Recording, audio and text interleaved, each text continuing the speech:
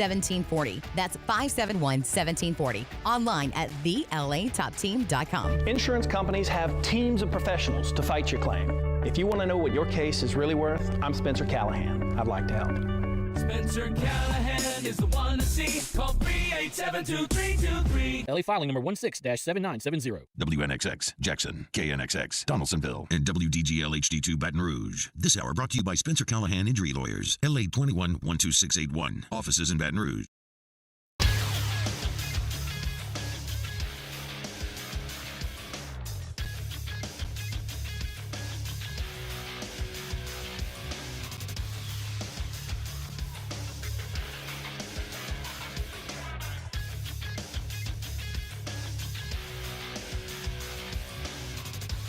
Good morning, everybody. It is 7 a.m. on Wednesday, January 3rd. Today in Baton Rouge, expect cloudy skies with a high of 55. You can follow us on Twitter, Instagram, and TikTok at OTB_ESPN or catch us on YouTube at the 1045 ESPN channel. Hour number 1 of Off the Bench, live from the Mercedes-Benz of Baton Rouge studio, starts now. Let we go! All-Star Toyota presents Off the Bench with Jacob Hester and T-Bob Hebert. Yeah! Off the Bench with Hester and T-Bob. Hey, they said I got to come off the bench. All-Star Toyota presents Off the Bench with Hester and T-Bob. Yo. Yo, what's happening, y'all? Welcome back. OTB, T-Bob, Jake, Margaret, Taylor hanging out with you today. The boys are back in town, and we got a great show planned for you today. There is a ton to get to. Transfer portal popping off. We still got to get Jake's thoughts on the bowl game, as well as covering that excellent Sugar Bowl this weekend firsthand. I got a lot of thoughts on the national championship coming up. Saints preparing to play the Falcons, and they have to make allies with the Panthers. Mm-hmm. And if you saw what David Tepper did on Sunday, you can't be feeling too good about that being the guy in your corner that you have to deal with.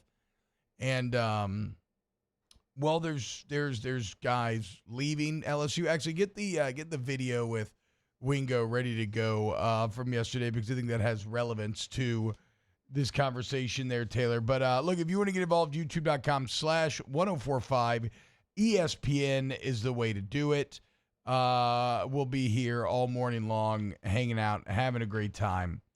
What's going on, boys? How's everybody feeling today? So my family left town yesterday, Jake, to go to Atlanta, and I'm meeting up with them Friday. So I have free time, right, at night now. And I committed myself to all 3.5 hours of Killers of the Flower Moon last night.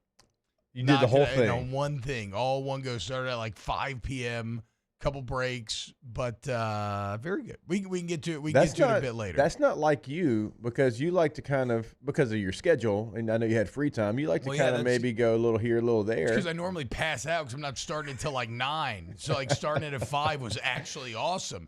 It did make me really forget how long 3.5 hour movie actually is. That thing is a commitment. The old 2 VHS big boy. Yeah, or yes. Or the even Lord of the Rings back in the day used to be 2 DVDs. You'd have to get up and switch it in the middle. But I'll do a full review later on. I'm going to watch Mission Impossible tonight, so I'm living large. Very proud of you on that one. Right now. Very proud of you on that one. What's up with you, man? How was your New Year, Ben? How was this weekend covering the games? It was incredible. It's good to be back now in studio with everybody. I know everybody had vacations and different work assignments or whatever, and now we're finally all back here on the New Year. So excited about that. But the game was incredible, T. It was a cool event to cover because, I started on Friday. We were in shows there Friday, Saturday, Sunday, Monday. We really worked the entire way leading into it. But because it was so close, I was able to kind of go back and forth a little bit, so still spend time with the family before they go back to school. But, just covering the event, Washington and Texas were both great. Media Day was incredible. Now,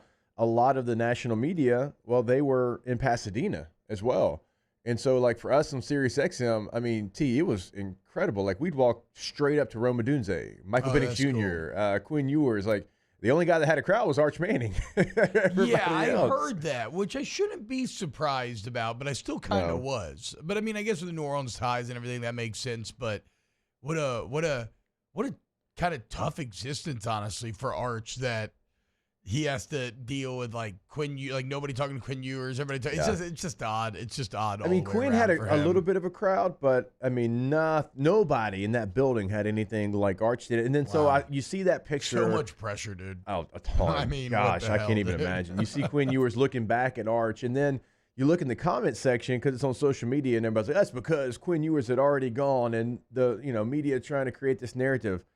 That's not how media day works. Media day, Quinn was still available. Yeah. There's a lot of people in that building that hadn't spoke to Quinn Ewers yet. It wasn't one of those he went then Arch goes.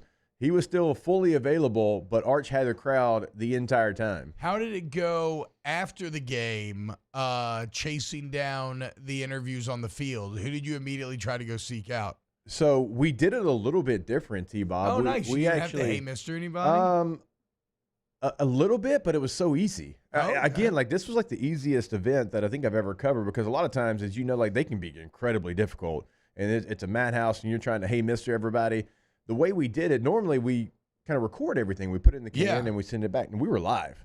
Oh, that's cool. We were live 3 minutes after the game, 2 wireless mics, me and Cole Kubelik, and we're on the field live doing a radio show. And so the energy was fantastic. So I was kind of playing quarterback at first, and Cole was out in the crowd, and he was getting some interviews. I'd talk about the game. I'd throw it to him. That makes sense, too, with Cole's sideline relationships and experience there to make him kind of the man on the street. Yeah, and then that dynamic. And then it turned into we were both trying to grab some interviews, and the Washington players and staff were great. And then Kalen DeBoer's walking right by. He sees me. He comes over. He's like going to say hello to me. I was like, can we get you on? I was like, yeah, sure.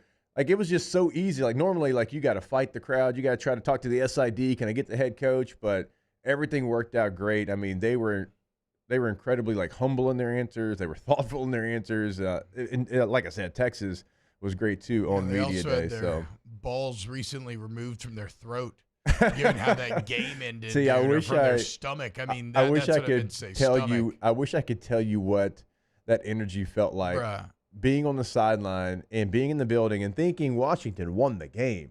Everybody did. I wasn't even paying attention. I was just like writing notes. I'm like getting ready to do my show. And then I'm like, wait, how does Texas have 50 seconds left? Yeah. And I'm like, oh, wait, because Dylan Johnson just got hurt. So they got a free timeout. I'm like, added what? 3 seconds. What? They added 3 seconds. Yeah, they added 3, and then even down to the 1 second left on the clock for the fourth down, you just knew that 1 second put back on was going to be the difference. But no, Washington found a way. And obviously Texas had the building, so they had the energy, and it felt like the dome was going to explode if they scored. Like it was a great energy, and everybody. And I'm on the Washington sideline. Dude. Because that's the way we walked out, and they're biting their nails. It was great just to kind of see some of those interactions between Washington fans and Texas fans. And then you have A.D. Mitchell open. You score on that play before where he hangs in the air for about 3 seconds. And Quinn Ewers, if he puts it on him, if he dots him, probably win. Rifle that thing in there more. But then again, Quinn, it's interesting because Quinn throws with more touch and anticipation than just about any quarterback in the entire country. He can rifle it in. I just think like his natural instinct is so much placing these balls that I don't know. It just didn't. I don't know if it just didn't occur to him for whatever reason. He threw it like he throws that route normally, and it just ended up being the not the correct call. Quinn Ewers is going to be awesome next year once he because he already is pretty awesome. Yeah. He just needs to get the difference of the game between the two quarterbacks to me, it's just the consistency of Penix, especially in this stretch run here where they've been playing so many good teams and Penix is seemingly getting better and better. Michael Penix Jr. is just so good, like we talked about in the clutch moments, but also just in just play to play. The fact that Texas came up with 0 sacks with that front seven, it's a credit to the O-line, but it's also a massive credit to Michael Penix Jr. And it's one of the things that I'm really struggling to evaluate because I went and rewatched the Alabama-Michigan film yesterday, and the way that they rushed Jalen Milroe was incredibly impressive. So I don't know exactly where I'm at on that game yet. We'll talk about it a bit later. I do know this. My heart is with Washington.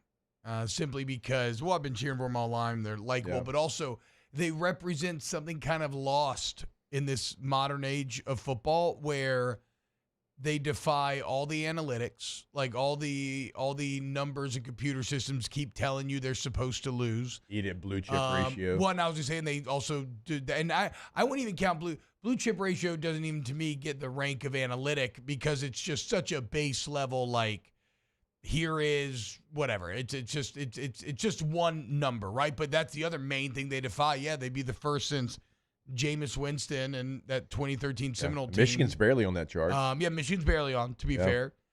So kind of both these teams in a way represent something great that I believe has always been one of the good parts about football, which is where the whole is greater than the sum of its parts, like a true team. And I think both of these teams are that, and both of them are very high intangibles. I can't wait for this national championship. It's going to be fantastic. Look, it's 1 versus 2, and people were losing sight of that. They're like, oh, man, if it ends up being Michigan and Washington, and I would stop people and be like, wait a minute. It's 1 versus 2 if that happens. Texas is way more flawed and not as good. Like, these are the 2 best teams in the country this year playing They're the each only other. undefeated Power 5 teams that we have. Like, what do you mean? It's not like they didn't play a schedule. I mean, Washington beat the next top 5 finishers in the Pac-12, and now to fall back on analytics, because sometimes they help you contextualize this stuff. So the Bill Connolly's S&P Plus has conference rankings every year. And, of course, the SEC once again smashed. It was easily the strongest conference because the middle of the pack and even the lower tiers just generally stronger than the others. But last year, I want to say the Pac-12 was last, maybe 4th out of 5. This year, they're second. Yeah. Even beat I think the it Big was Ten. last. And so to be the second best conference in the country this year and for Washington to be the next top 5 finishers, then just go beat Texas, the Big 12 champs who really dominated that Big 12 championship. No, I mean, there's nothing fluky about what either of these teams have done. And granted, Michigan didn't play a hard schedule till the end, but now they do have wins over Ohio State, Penn State, and now obviously Alabama as well. And really, it's to me, it's not even a win over Alabama.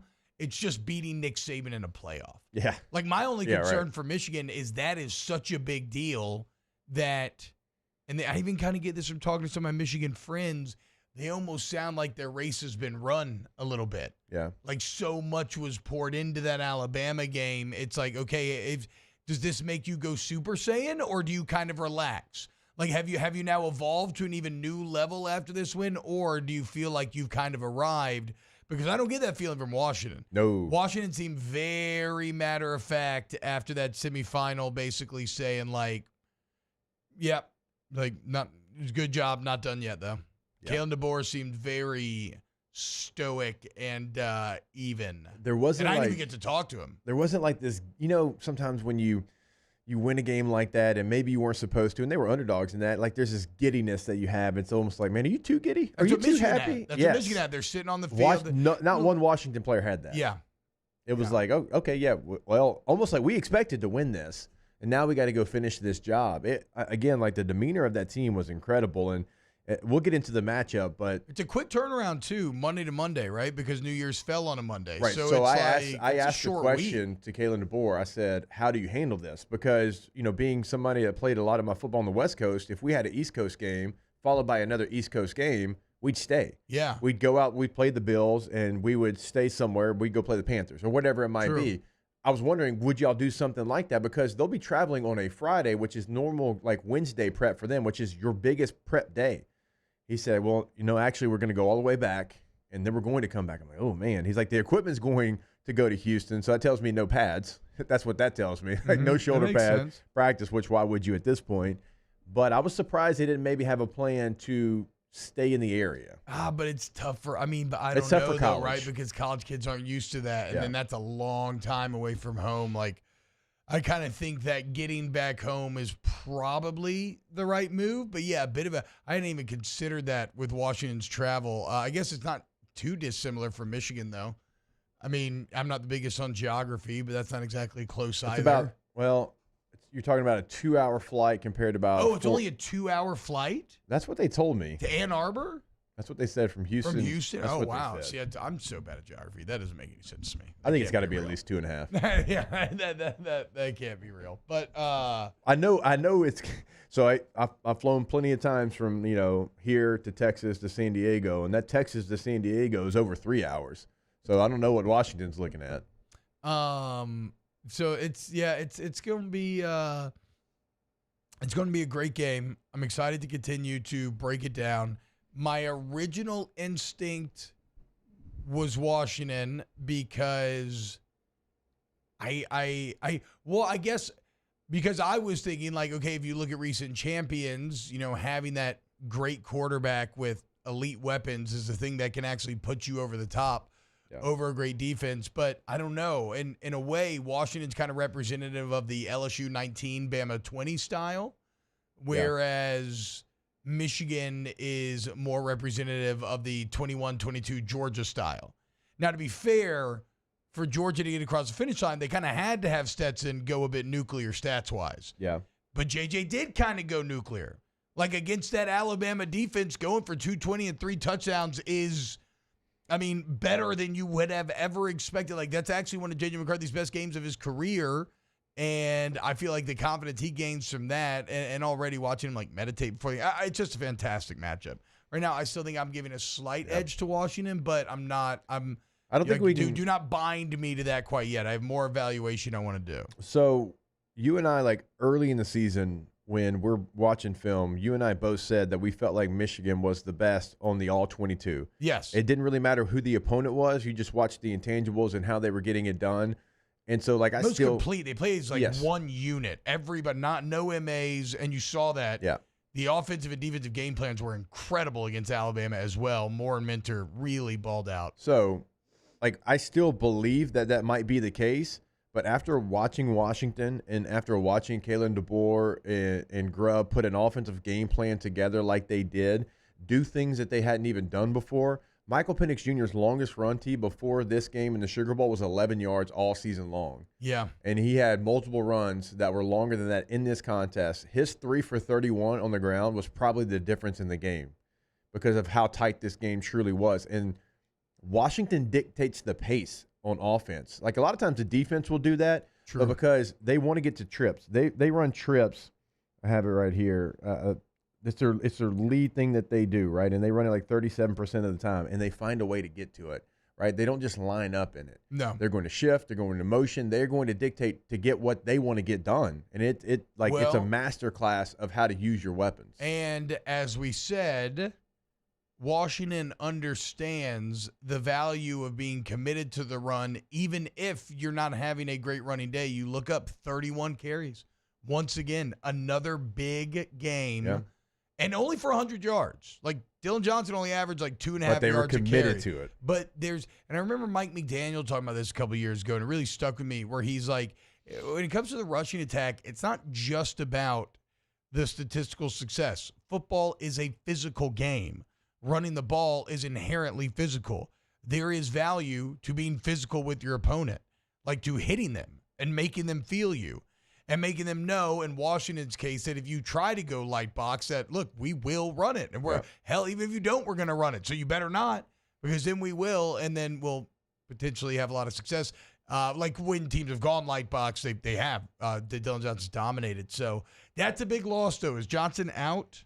So we were live on the field, and so we were still doing a radio show basically when everybody was leaving.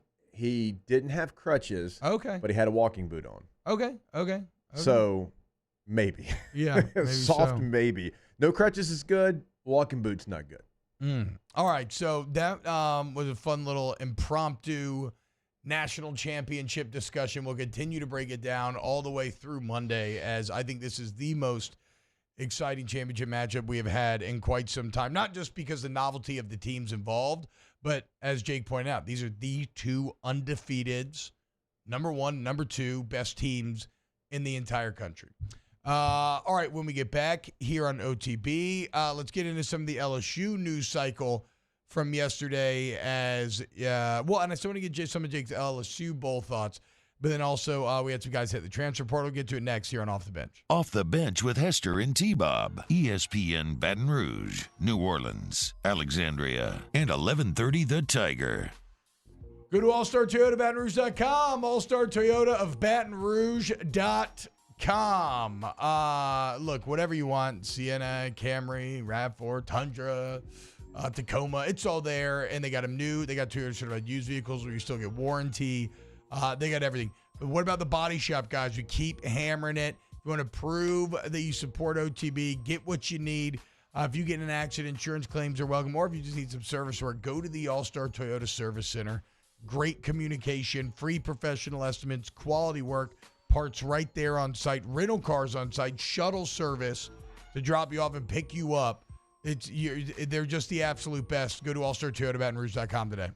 Go to the website. The thing we always tell you about is the rental department. If you need a rental, it can be for a day, 2 days, a week, whatever it might be. This is your place to go. Everything is available. Full fleet, midsize, full-size SUV, truck, sedan, you name it, it's available. All-Star Toyota Baton Rouge. Mention OTB for $100 for the deductible. In times of need, get a full list of phone numbers, websites, and other important emergency information on the Demco Stormwatch page at 1045ESPN.com. Hey, it's Matt Moscona. For years, you've heard me tell you about Insurance Network of Louisiana, helping you find better coverage for less money. But it's not just for your home and auto. They also offer commercial property. So, retail stores, professional offices like doctors, dentists, attorneys, clothing boutiques. Insurance Network of Louisiana can find you better coverage for less money. They service the entire state of Louisiana, and they're local. So call today at 293-0450 or lainsurance.net.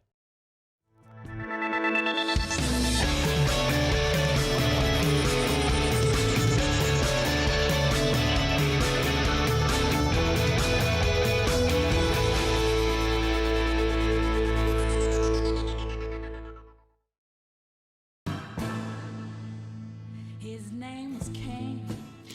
He had a horse along the countryside. I saw him ride. One day they found him.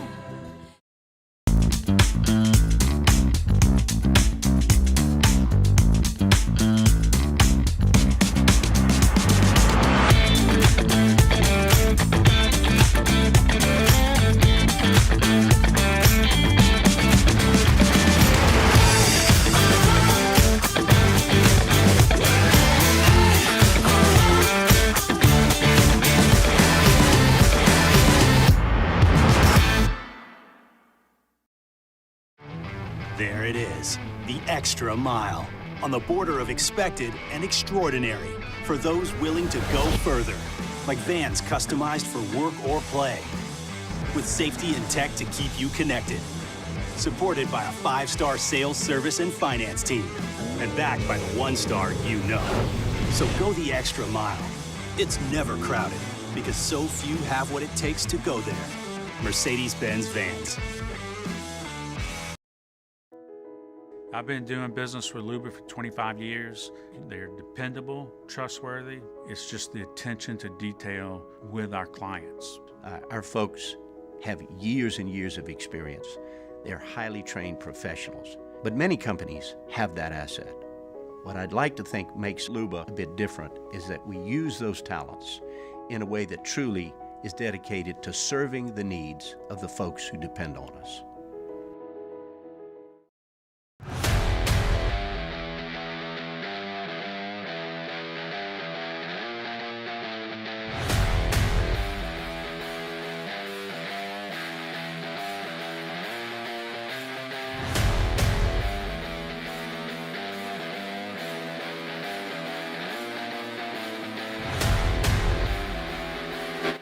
Join me for a Wednesday edition of the Hunt Palmer Show. Glenn West from Go 24/7 talking Tigers. JD Piquel of On 3 Sports. And it'll 1F Wednesday on Palmer Show. 1 to 3 weekdays. 104.5 ESPN Baton Rouge.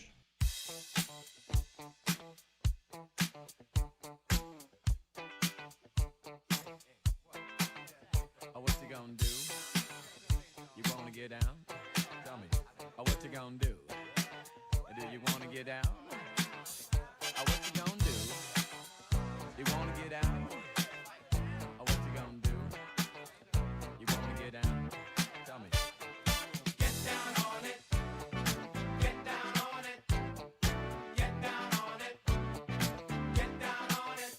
Come on in. Get down on it. Get down on it. Get down on it. Get down on it. All-Star Toyota presents Off the Bench with Hester and T-Bob. ESPN Baton Rouge, New Orleans, Alexandria, and 1130 The Tiger.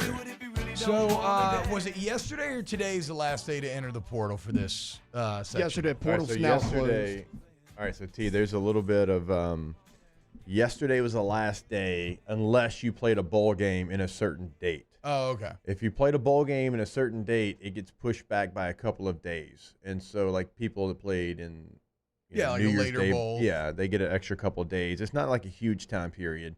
National championship, those teams, they get a couple of extra days on the back end as well. But for the vast majority, if you played a bowl game or didn't play one before like December 29th, I think now you have to be in the portal. So the only reason I ask is because you saw a couple LSU names make it official. One of which is a Lance Hurd, which again, no surprise there. We told you the other day that in not traveling with the team, the writing was on the wall there.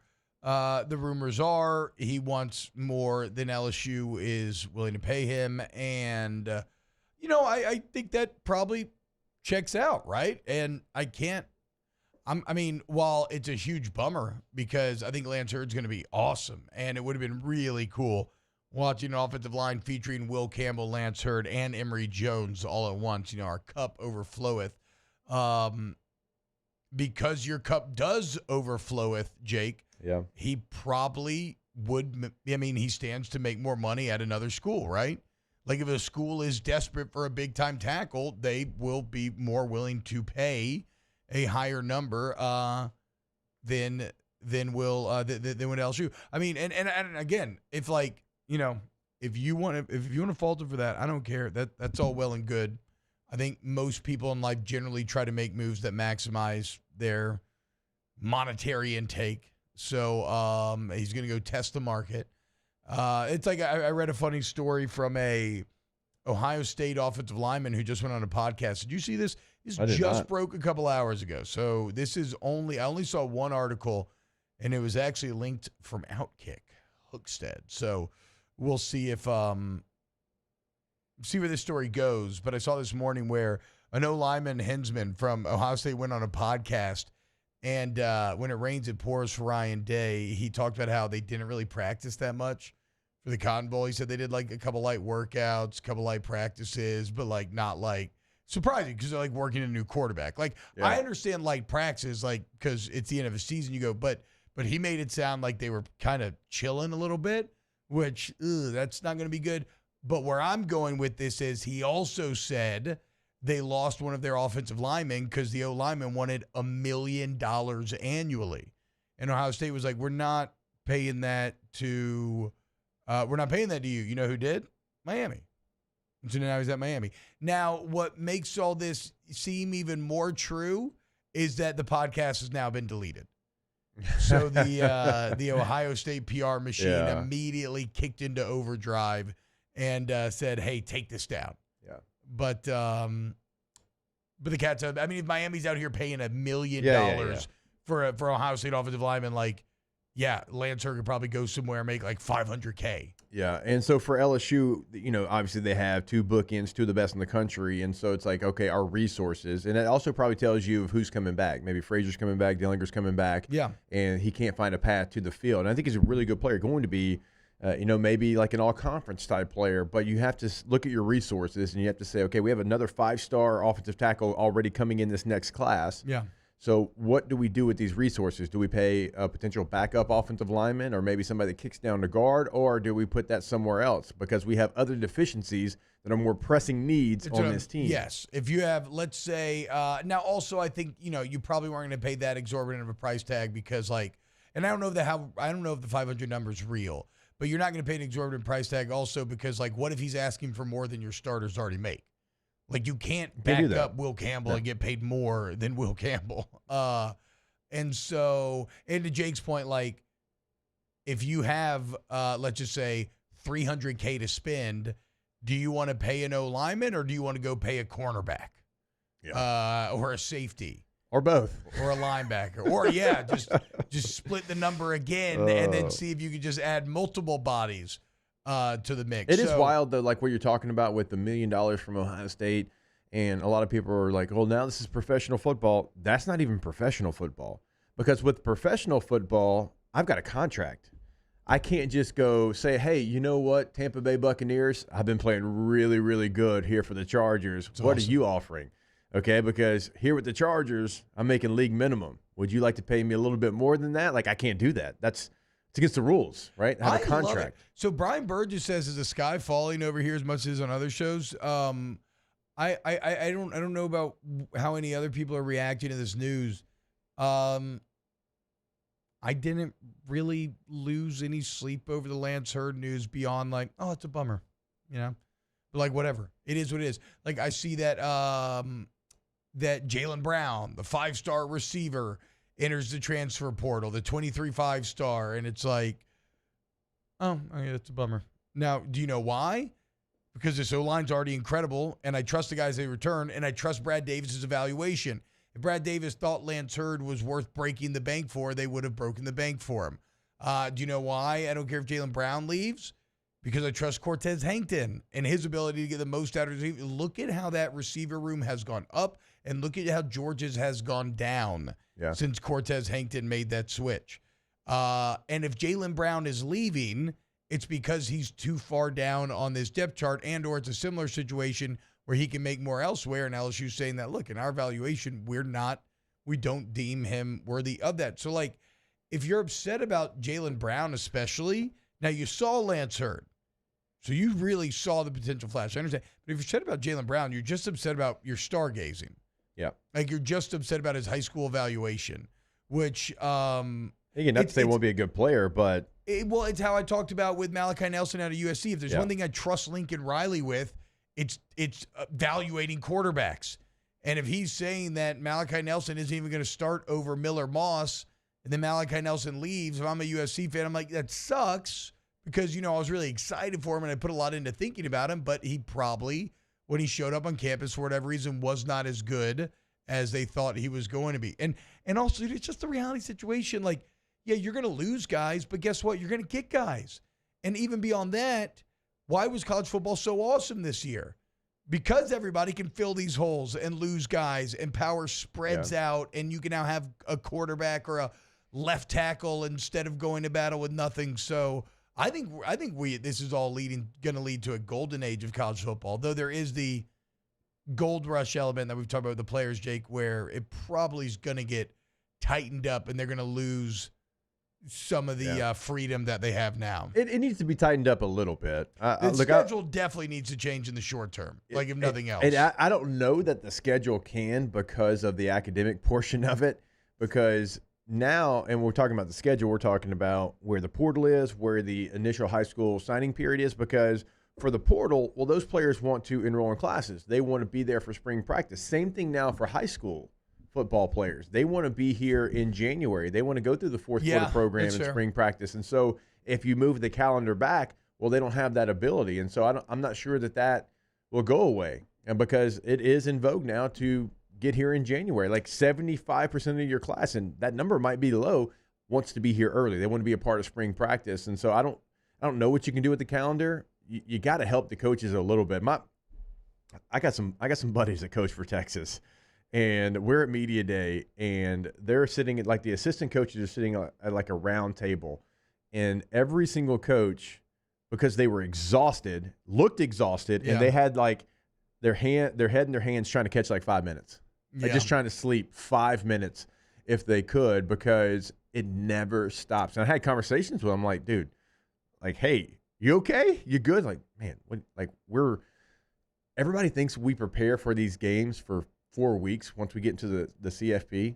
He said the first 2 weeks we're grinding on recruiting and transfer portal. Yeah. And then the next 2 weeks, and this is both teams, next 2 weeks, then we started a game plan and really dive into it. He said, but those 2 weeks that everybody thought we were just like lightly game planning, we were hitting the road hard. And it's like, there's not any time to come up for air for these coaches. Yeah, it's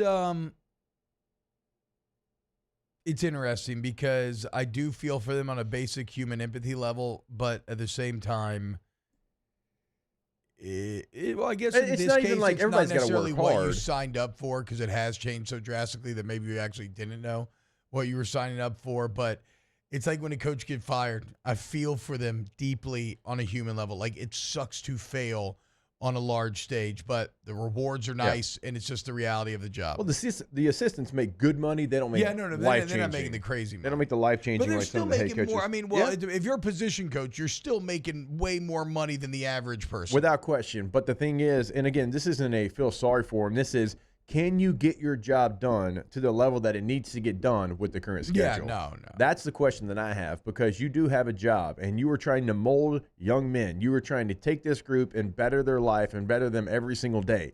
Can you do that? Can you worry about your own people because you have to worry about other people? That's like the question that I have, because I know for me, I know for you and your relationship with Stud, mine with Coach Porter, or whoever our position coaches were, like I felt like they had the ability to care about us and make sure we were okay and not worry about somebody else, like in the transfer portal or high school recruiting, as much as they have to now. Yeah, it's crazy times. I mean, I guess it's just more and more resources you got to throw at it. All right, when we get back, let's talk about Mekhi Wingo entering the league. Also, a video that was making the rounds yesterday from Mekhi Wingo after the game. Keep it locked right here on OTB. Off the Bench with Hester and T-Bob.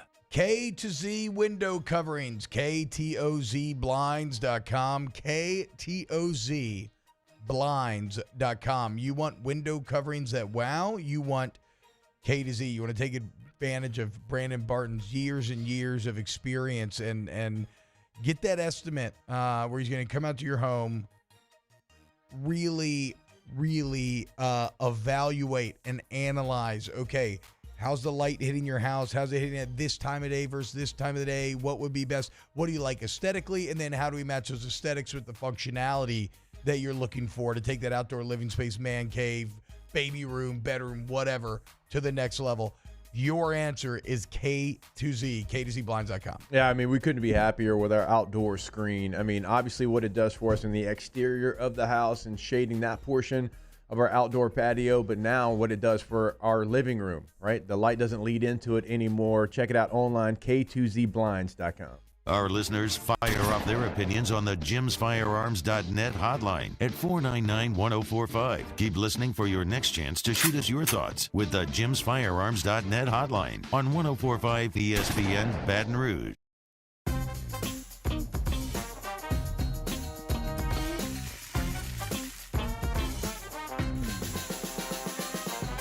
The best kept secret in town is out. Discover Tallulah at the Renaissance Hotel on Bluebonnet. It was a humid day,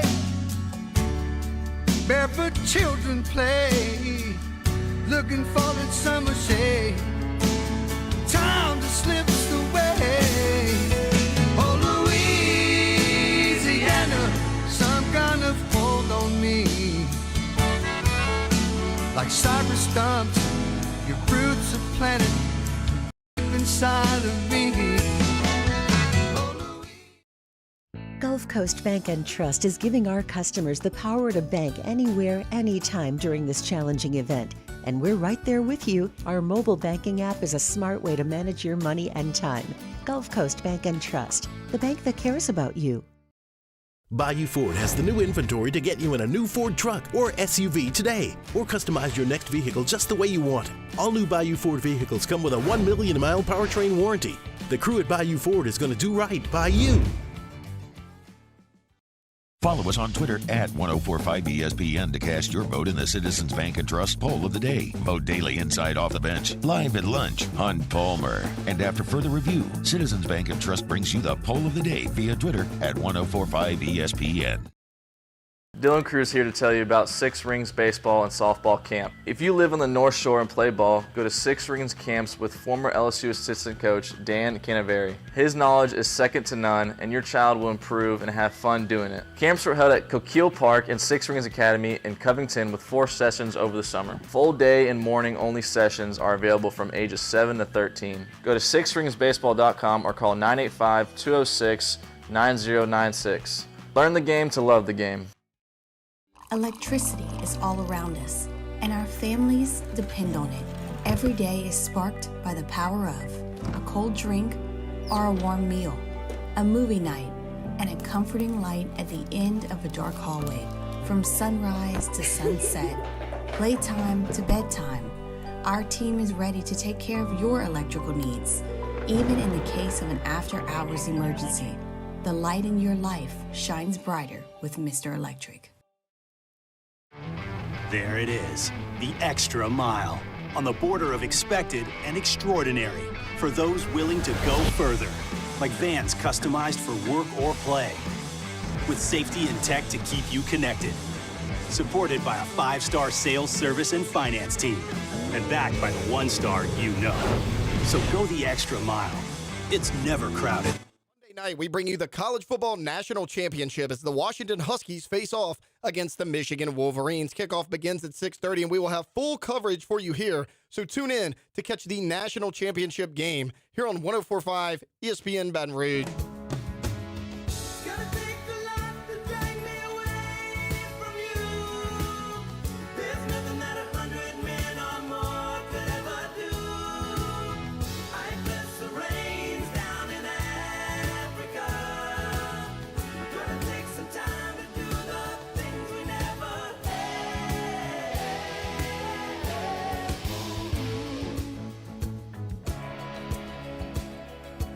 All-Star Toyota presents Off the Bench with Hester and T-Bob. ESPN Baton Rouge, New Orleans, Alexandria, and 1130 The Tiger. So yesterday, Mekhi Wingo officially declares for the NFL Draft.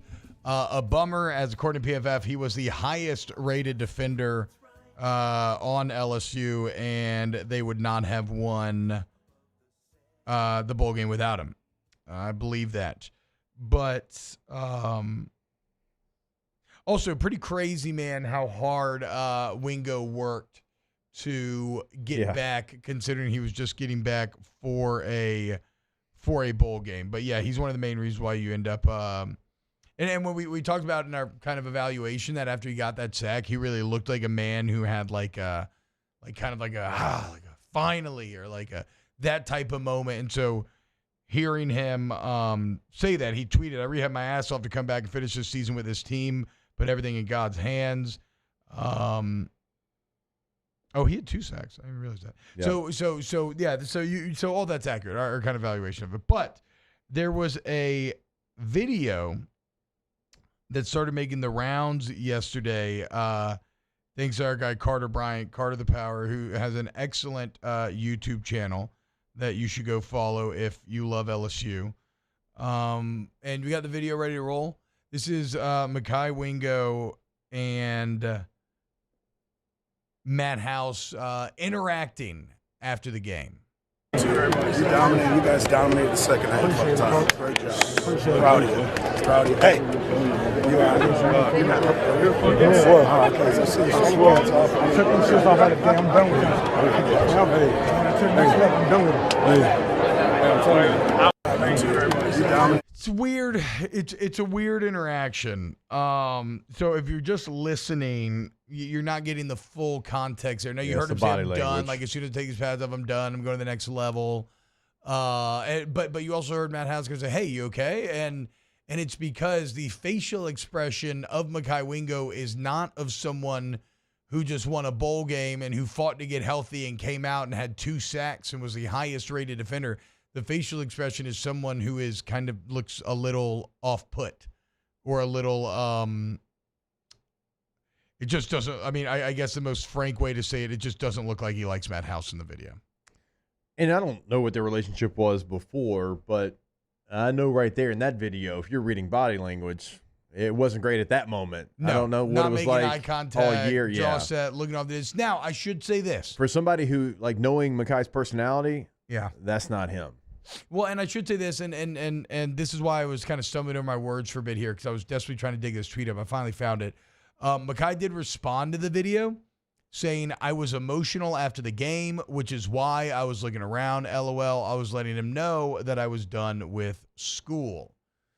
Mario, you are intimating that you believe, as Mario grabs a red hat, you are intimating that you believe that that is cap.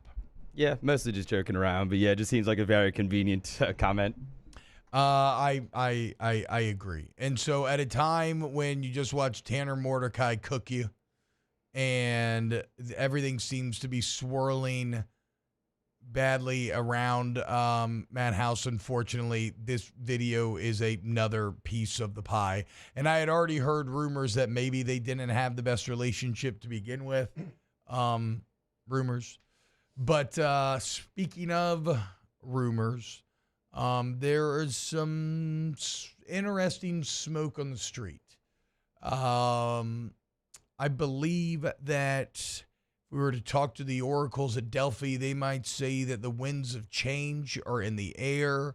I would pay attention to today's news cycle, maybe, and see if anything comes about, because there could be some things in movement. We'll see, though. You never quite know. Scott Dice, that video alone made me fire Matt House. Well, and you never know, where it was going into the bowl game. Like, we think we know where it was, but I'm saying, as far as, all right, let's see, a couple extra days, couple extra practices. Let's see what we can get done defensively here. Let's see what kind of game plan. We're going against a dairy raid that was spoiled milk. Let's see what we can do here. And then you go out, and Tanner Mordecai throws for 378. Tanner Mordecai's been a good college player. He's had times at SMU. I mean, he's had a game where he scored 8 touchdowns through the air and on the ground combined. Like, okay, he ain't done this year. He wasn't that guy. He increased his touchdown production by 50% in one game. In one game. Versus 9 games. And look, and I hate talking about other running backs. The 2 backs for Wisconsin, Aker had 14 for 86. As a team, they were 34 for 128, but a lot of that's because of sack yardage. I mean, both lead backs, 6.1 and 6.4 yards per carry. And again, I'm not trying to throw too much shade. Let's just say that running back wasn't exactly the most athletic. He wasn't exactly the swiftest in his hips. He was a very tall runner, probably a 4.75 on his absolute best day. And he looked fast compared to you. Yeah. And he looked dynamic compared to some of your players out there. Like, I was yelling at the TV because of how he looked and the success that he was having. Like, that guy should never have a 30-plus yard run on you. No. We were talking about it yesterday when you were out, Jake. I don't remember which back it was because they both ran all over the defense, but on the broadcast, they're like, his second touchdown of the year. I'm like, This is a guy coming into the game that had 1 touchdown, and he's averaging 6.5 yards per carry. That's unheard of. Well, we'll see. I mean, two receivers go over 100 yards. Yeah, like that. Perhaps Brother Mordecai is the straw that broke the camel's back. Because in a performance like that, if you were even leaning one way, but if you were still on the fence, a performance like that can Humpty Dumpty. All right, when we get back, let's close out hour 1 of OTB. Off the bench with Hester and T-Bob. I like that, can Humpty Dumpty. I never thought about that before. It's a good way of... I like that. Like that's a good twist on straw that broke the camel's back. Yeah. Or the final straw. Get Gordon, get it done at Get Gordon on social media. Get Gordon. Gordon McCurtain Injury Attorney has been there for you for decades, and they're going to be there for you for decades more. If you get in an accident, you already know what to call. It's your area code plus 888-8888, and you can take advantage of the incredible. Lawyers, employees, staff, everybody Gordon McCurtain has been fighting for you against big insurance companies for so many years now. So get what you deserve by getting Gordon and getting it done. Yeah, when you go to getgordon.com, remember you can always have a chat right there on the website. You can find a list of cases they can handle for you, past client results, all on the website. Now, you can see what they're doing in the community as well outside of the courtroom. At Get Gordon is the handle on all major social media and anywhere in Louisiana. Pick up the phone, your area code, followed by 888-8888. In times of need, get a full list of phone numbers, websites, and other important emergency information on the Demco Stormwatch page at 1045ESPN.com. There it is, the extra mile, on the border of expected and extraordinary, for those willing to go further, like vans customized for work or play. With safety and tech to keep you connected. Supported by a 5-star sales, service, and finance team. And backed by the 1-star you know. So go the extra mile. It's never crowded because so few have what it takes to go there. Mercedes-Benz Vans.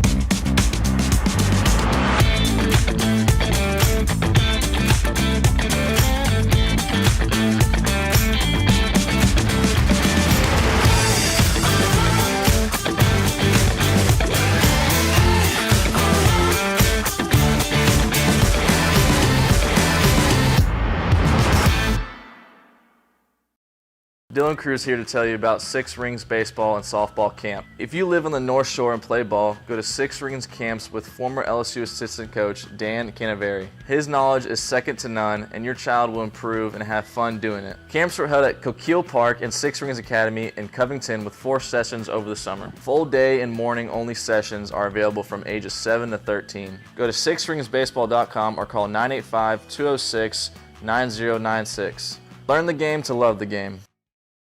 Electricity is all around us, and our families depend on it. Every day is sparked by the power of a cold drink or a warm meal, a movie night, and a comforting light at the end of a dark hallway. From sunrise to sunset, playtime to bedtime, our team is ready to take care of your electrical needs. Even in the case of an after-hours emergency, the light in your life shines brighter with Mr. Electric. I've been doing business with Luba for 25 years. They're dependable, trustworthy. It's just the attention to detail with our clients. Our folks have years and years of experience. They're highly trained professionals, but many companies have that asset. What I'd like to think makes Luba a bit different is that we use those talents in a way that truly is dedicated to serving. Moscona inviting you to join us for Wednesday's AFR presented by Pluckers. Transfer portal window is closed. We'll assess all the carnage, and we'll head to Atlanta, take a closer look at the Falcons. Join us 3 to 6, 104.5 ESPN Baton Rouge. All I wish is to be alone. Stay away. Don't you invade my home. Best off if you hang outside. Don't come in. All-Star Toyota presents Off the Bench with Hester and T-Bob. ESPN Baton Rouge, New Orleans, Alexandria, and 1130 The Tiger. Alex B says, I've followed BK for a long time. He's not going to change coordinator until he's forced to. He'll take the administration forcing his hand. I don't believe that is actually the case. Again, because BK was not forced to change from Brian Polian, he chose to change from Brian Polian, and you just always have to remember Brian Polian was his literal hand to the king. It was his guy, the first guy that he brought with him. And so if you are willing to make that change, I'm going to go out and say that you are willing to make any change. And then the class conversations coming up about, is it personnel? Is it coaching? They're absolutely personnel issues, without a doubt.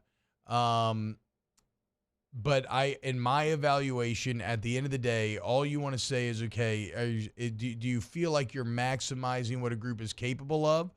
Or are you exacerbating? Like, are you underachieving? Are you getting worse? And even understanding the limited personnel, LSU's been so outlier bad that I feel comfortable in saying that they've been underachieving pretty significantly this year. And look no further than like the step back that like Harold Perkins took, and even he found his way to some okay numbers, but like that he should have been used much more dynamically. The step back, there's just a complete lack of steps forward and or step back between members of this defensive line. And then you go to House's own group, a linebacking crew, featuring guys that are very experienced that, I mean, Omar Spates was really good. Did he forget how to play football? Maybe, but then did Perkins forget? Did Wingo forget? Did everybody on the defense forget? Like that's where I kind of get to that. Even with the personnel issues, that's where it also goes back to the coaching. And then again, you flip it to the offensive side of the ball. Look at how good Brad Davis has done with his O-line. Look at how good Cortez Hankton has done with the wide receivers. Look at how good Mike Denbrock's done with the tight ends. Frank with the running backs. Yeah, Frank with the running backs. Joe Sloan with the quarterbacks. Exactly. Yeah. So it's like, I don't think I'm out of pocket in saying these things. And it sucks. Nobody likes calling for jobs. Nobody likes being that a-hole. Like, I hate that families have to catch this runoff and deal with the effects. And it's brutal. Like, I remember being a player in college and how other students used to treat, like, Jay Lee at the time when he was going through the pick six season. And it made me sick to my stomach. So absolutely I empathize and feel for like coaches' families and kids who have to go to school and hear other kids talking crap about their dad. And I don't know. There's no great follow-up to that. It just sucks. That, like, from an emotional human standpoint, I empathize. That sucks. But all of this is just the reality of the job that you signed up for better or for worse, you know? Yeah. Especially when you go to a psycho college place. Yeah. Like Baton Rouge. Yeah. Like, you go be a position coach in the NFL, your kid's not going to have to, like. Nobody knows who you are. That's what I'm saying. Yeah. And you're making good money. Like, yeah, you can kind of hide. You can't hide in this environment. No, there's no hiding. There's message boards where they know exactly who you are. They know a lot about you. There's not the NFL position coach that we only know the coordinators and head coach. And a lot of times, maybe you don't even know the coordinator for the most part. Yeah, very true. Except for you, Pete Carmichael. Look at you. Yeah, we know Off all the about bench you. with Hester and T-Bob. Bayou Chrysler Dodge Jeep Ram has $10,000 off MSRP on new 23 Jeep Grand Cherokee, $10,000 off new Jeep Grand Cherokee, and all new Bayou Automotive vehicles come with a 1 million mile warranty.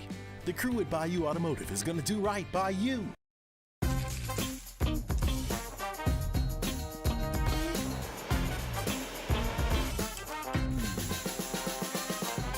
The best kept secret in town is out. Discover Tallulah at the Renaissance Hotel on Bluebonnet.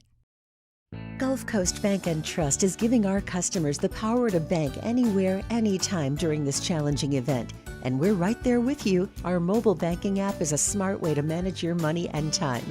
Gulf Coast Bank and Trust, the bank that cares about you.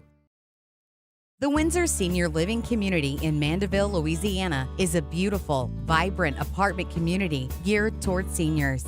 They are nestled right in the heart of Mandeville, where seniors live a more carefree lifestyle in spacious apartments with the peace of mind that comes from having a little extra help. Call the Windsor at 985-624-8040 to schedule a lunch and tour. Come see how the Windsor can be your passport to peace of mind.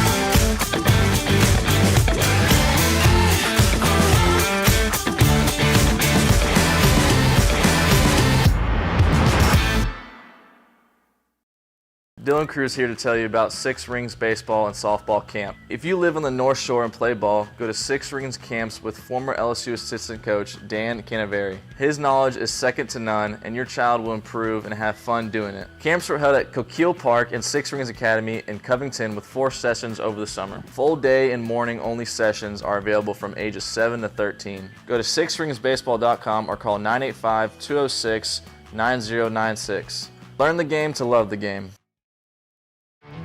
There it is, the extra mile, on the border of expected and extraordinary for those willing to go further, like vans customized for work or play, with safety and tech to keep you connected, supported by a 5-star sales, service, and finance team, and backed by the 1-star you know. So go the extra mile. It's never crowded, because so few have what it takes to go there. Mercedes-Benz Vans.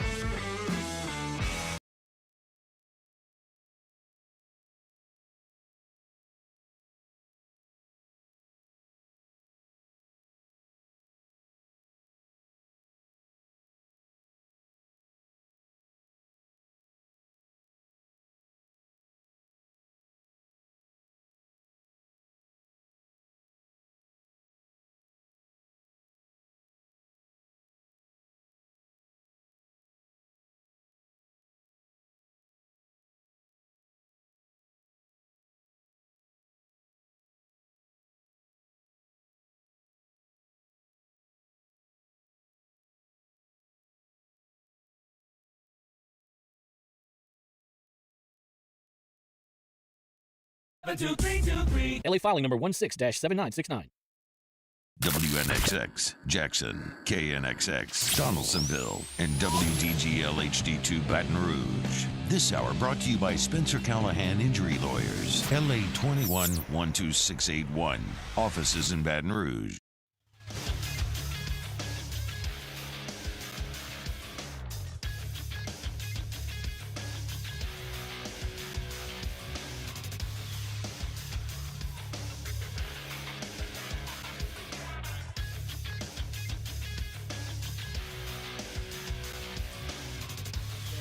Good morning, everybody.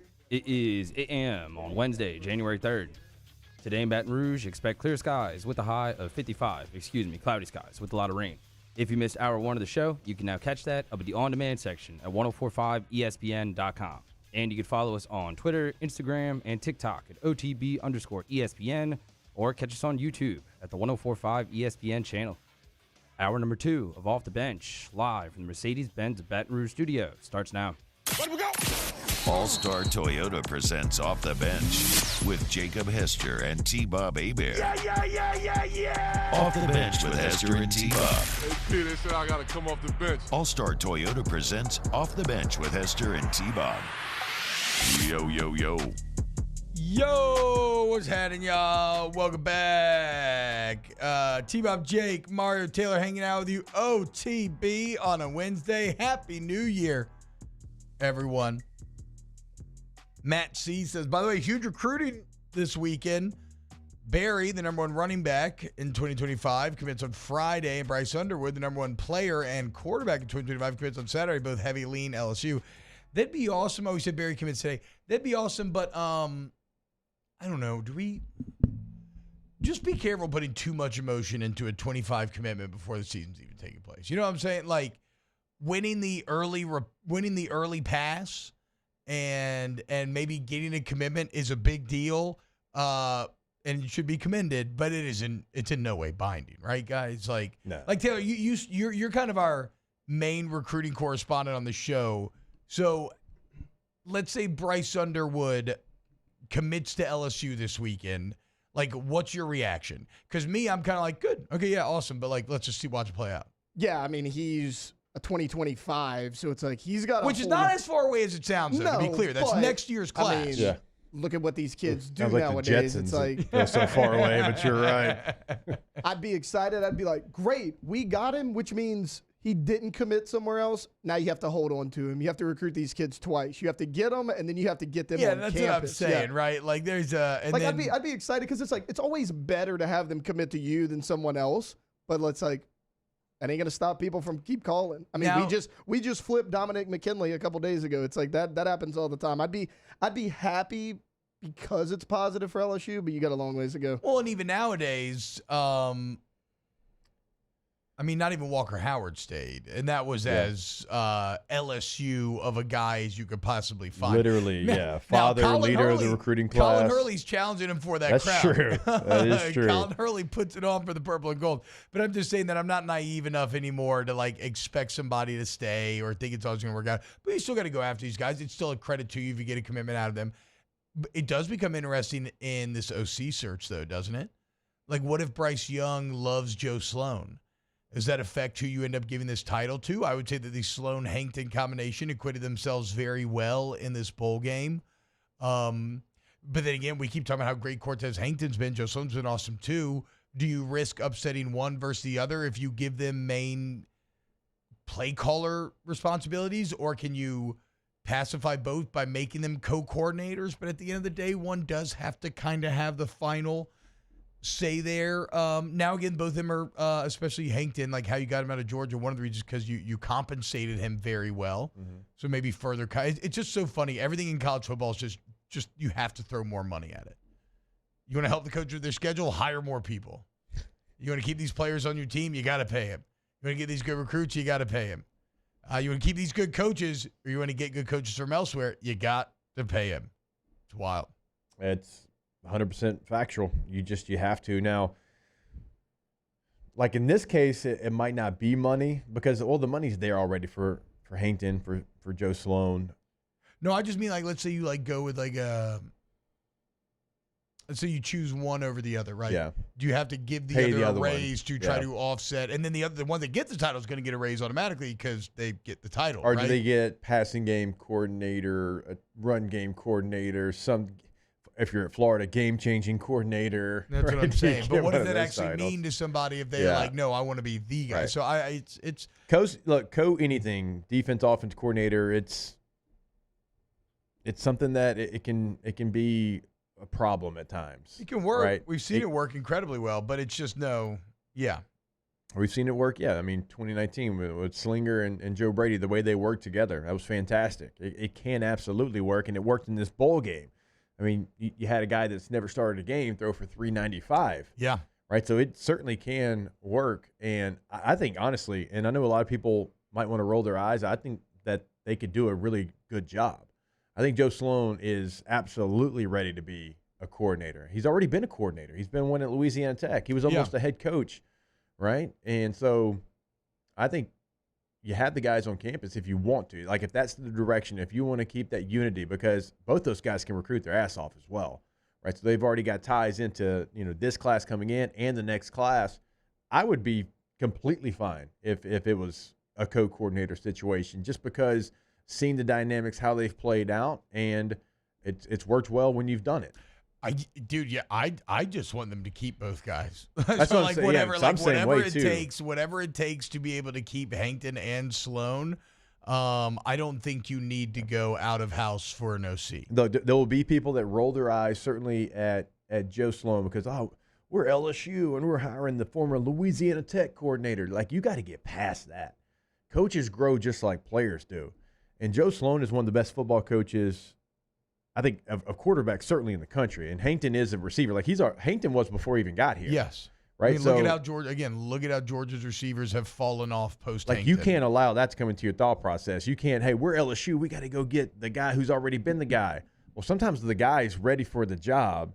You already have him on your staff, and you just elevate that player. And Kelly knows. I mean, Kelly made Tommy Reese his OC, like almost fresh when out of nobody else college. would. Yeah, that's what I'm saying. And then he was so valuable that Nick Saban went and snatched him up. And I think Tommy certainly wasn't perfect at Alabama this year, but he got way better and better as the year went on, and he was a key part of that Alabama team reaching that final. So no, if Kelly thinks that's the guy, I think that's an evaluation I can trust. But again, this is all to say, like if Sloan hasn't a just fantastic relationship with somebody like Underwood, that's a piece in the decision-making pie that you have to take into account when you're deciding these things. Well, not only that, like, you're breaking in a new quarterback next year, regardless of who it is. He has coached Garrett Nussmeier already. They already have a relationship. And Jake, to your point, you're like, oh, you want the guy who's already been the guy before. Joe Brady wasn't a guy at any offensive coordinator before he got here. People love Joe Brady. You're always looking for the next one. I mean, he coached under Sean Payton in New Orleans, but he was never a primary play caller before he got here. And look, a lot of people. I mean, if you're the guy at OC, I'm sorry, Taylor, go ahead. No, like a lot of people rolled their eyes at the Mike Denbrock hire. There was a lot of LSU fans. They will not admit it now. They were like, we've seen it. He's kind of stale. We were even down on Denbrock after week 1 this year. Yeah, I know. And like, look what he did. Like, it's not always, everybody's like, oh, well, you got to get a can't miss. There's not a can't miss hire. There never is. There's no such thing as a sure thing. Get a guy out there that is familiar with him. Like you mentioned, T-Bob, back with the Bryce Underwood thing. It's like, you got to have this quarterback room intact. Like, he loves Garrett Nussmeier. Like, they're familiar with each other. Yeah. A.J. Swan, who you're bringing in, actually plays very similar to Garrett Nussmeier. You bring in a Colin Hurley. And I love Colin Hurley. Dude. I don't want people to see he's just young. He's very young. Go watch Bryce Underwood. He's bigger. Him and Colin Hurley have similarities. So it's like your quarterback room, if you can keep that intact with a guy like Joe Sloan, like, you can be stable there for a long time if you get this hire right.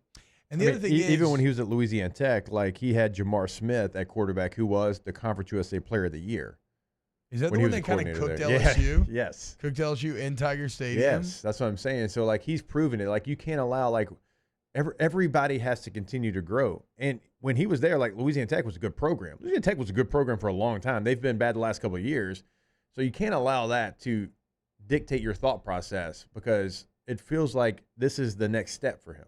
Also, this idea of wanting a guy at coordinator is somewhat flawed, because if he's a guy, he's probably up for head coaching jobs, right? Like if he's a guy at a major school, then why would he go lateral to be a guy at a major school? Unless you're like Pete Golden and you're like, Lane Kiffin's my boy, and I just want out of, I'd rather work with him than Nick Saban. We're like best friends, and he's going to pay me $2 million. So, okay, I'll go do that.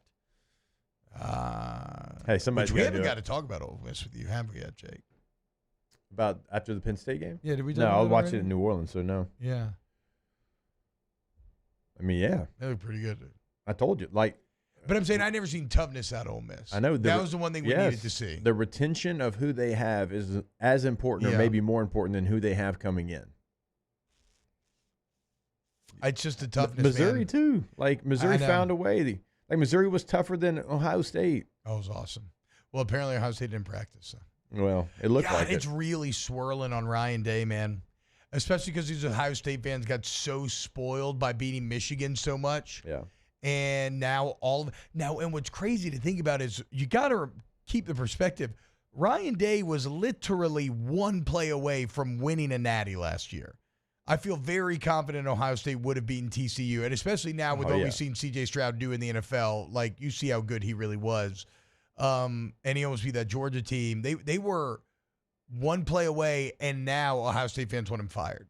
They're one shank kick away from winning a national championship. It's crazy, bro. College football is wild how quickly fortunes can And now they're turn. scrambling for their quarterback. They're scrambling. Kyle McCord leaves to go to Syracuse, and you're wondering, initially it was Cam Ward. Now Cam Ward's decided to go to the NFL draft. Now they're trying everything they can to get Will Howard from Kansas State. He's been tied to USC and Miami, and now Ohio State in the 11th hour knows that they don't have their quarterback, and they're trying to get in on Will Howard. Another quarterback name entered the market yesterday, which might be one of the more exciting ones. Let's break it down next here on Off the Bench. Off the Bench with Hester and T-Bob. ESPN Baton Rouge, New Orleans, Alexandria, and 1130 The Tiger. Go to Community Steel Company, communitysteelco.com. You need purlin, tubing, steel buildings, sheet metal. You want Community Steel.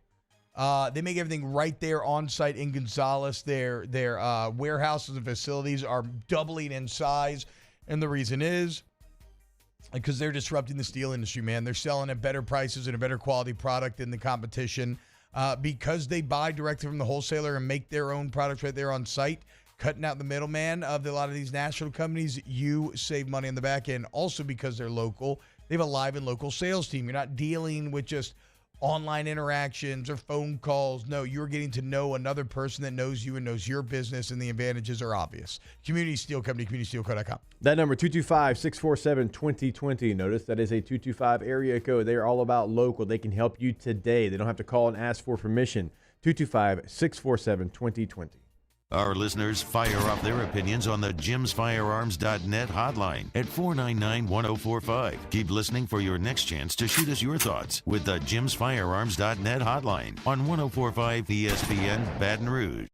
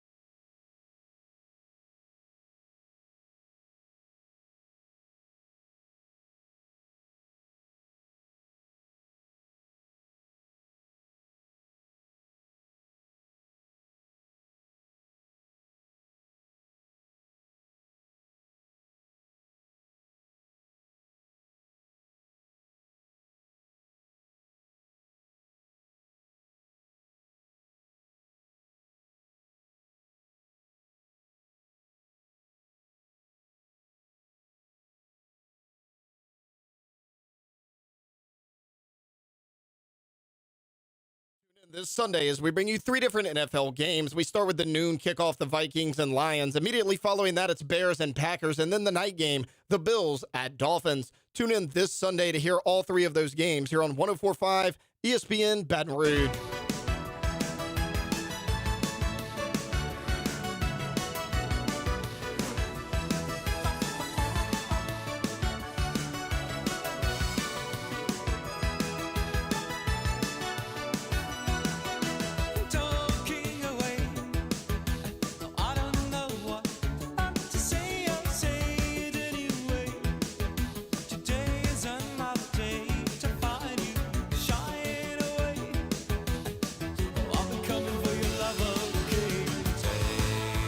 All-Star Toyota presents Off the Bench with Hester and T-Bob. ESPN Baton Rouge, New Orleans, Alexandria, and 1130 The Tiger.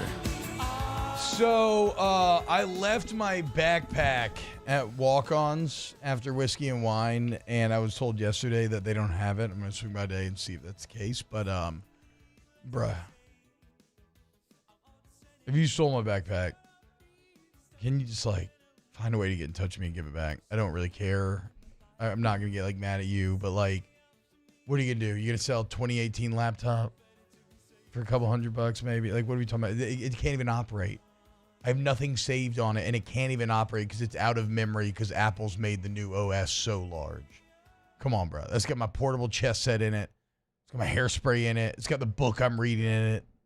I do love the fact there's nothing of value. Please just give it to me. That T-Bob wants this backpack back, but all fair, he wanted the chess set and the hairspray and my D&D, and my book that and I'm your reading, book that you're reading more than the laptop. And my I don't care about the laptop.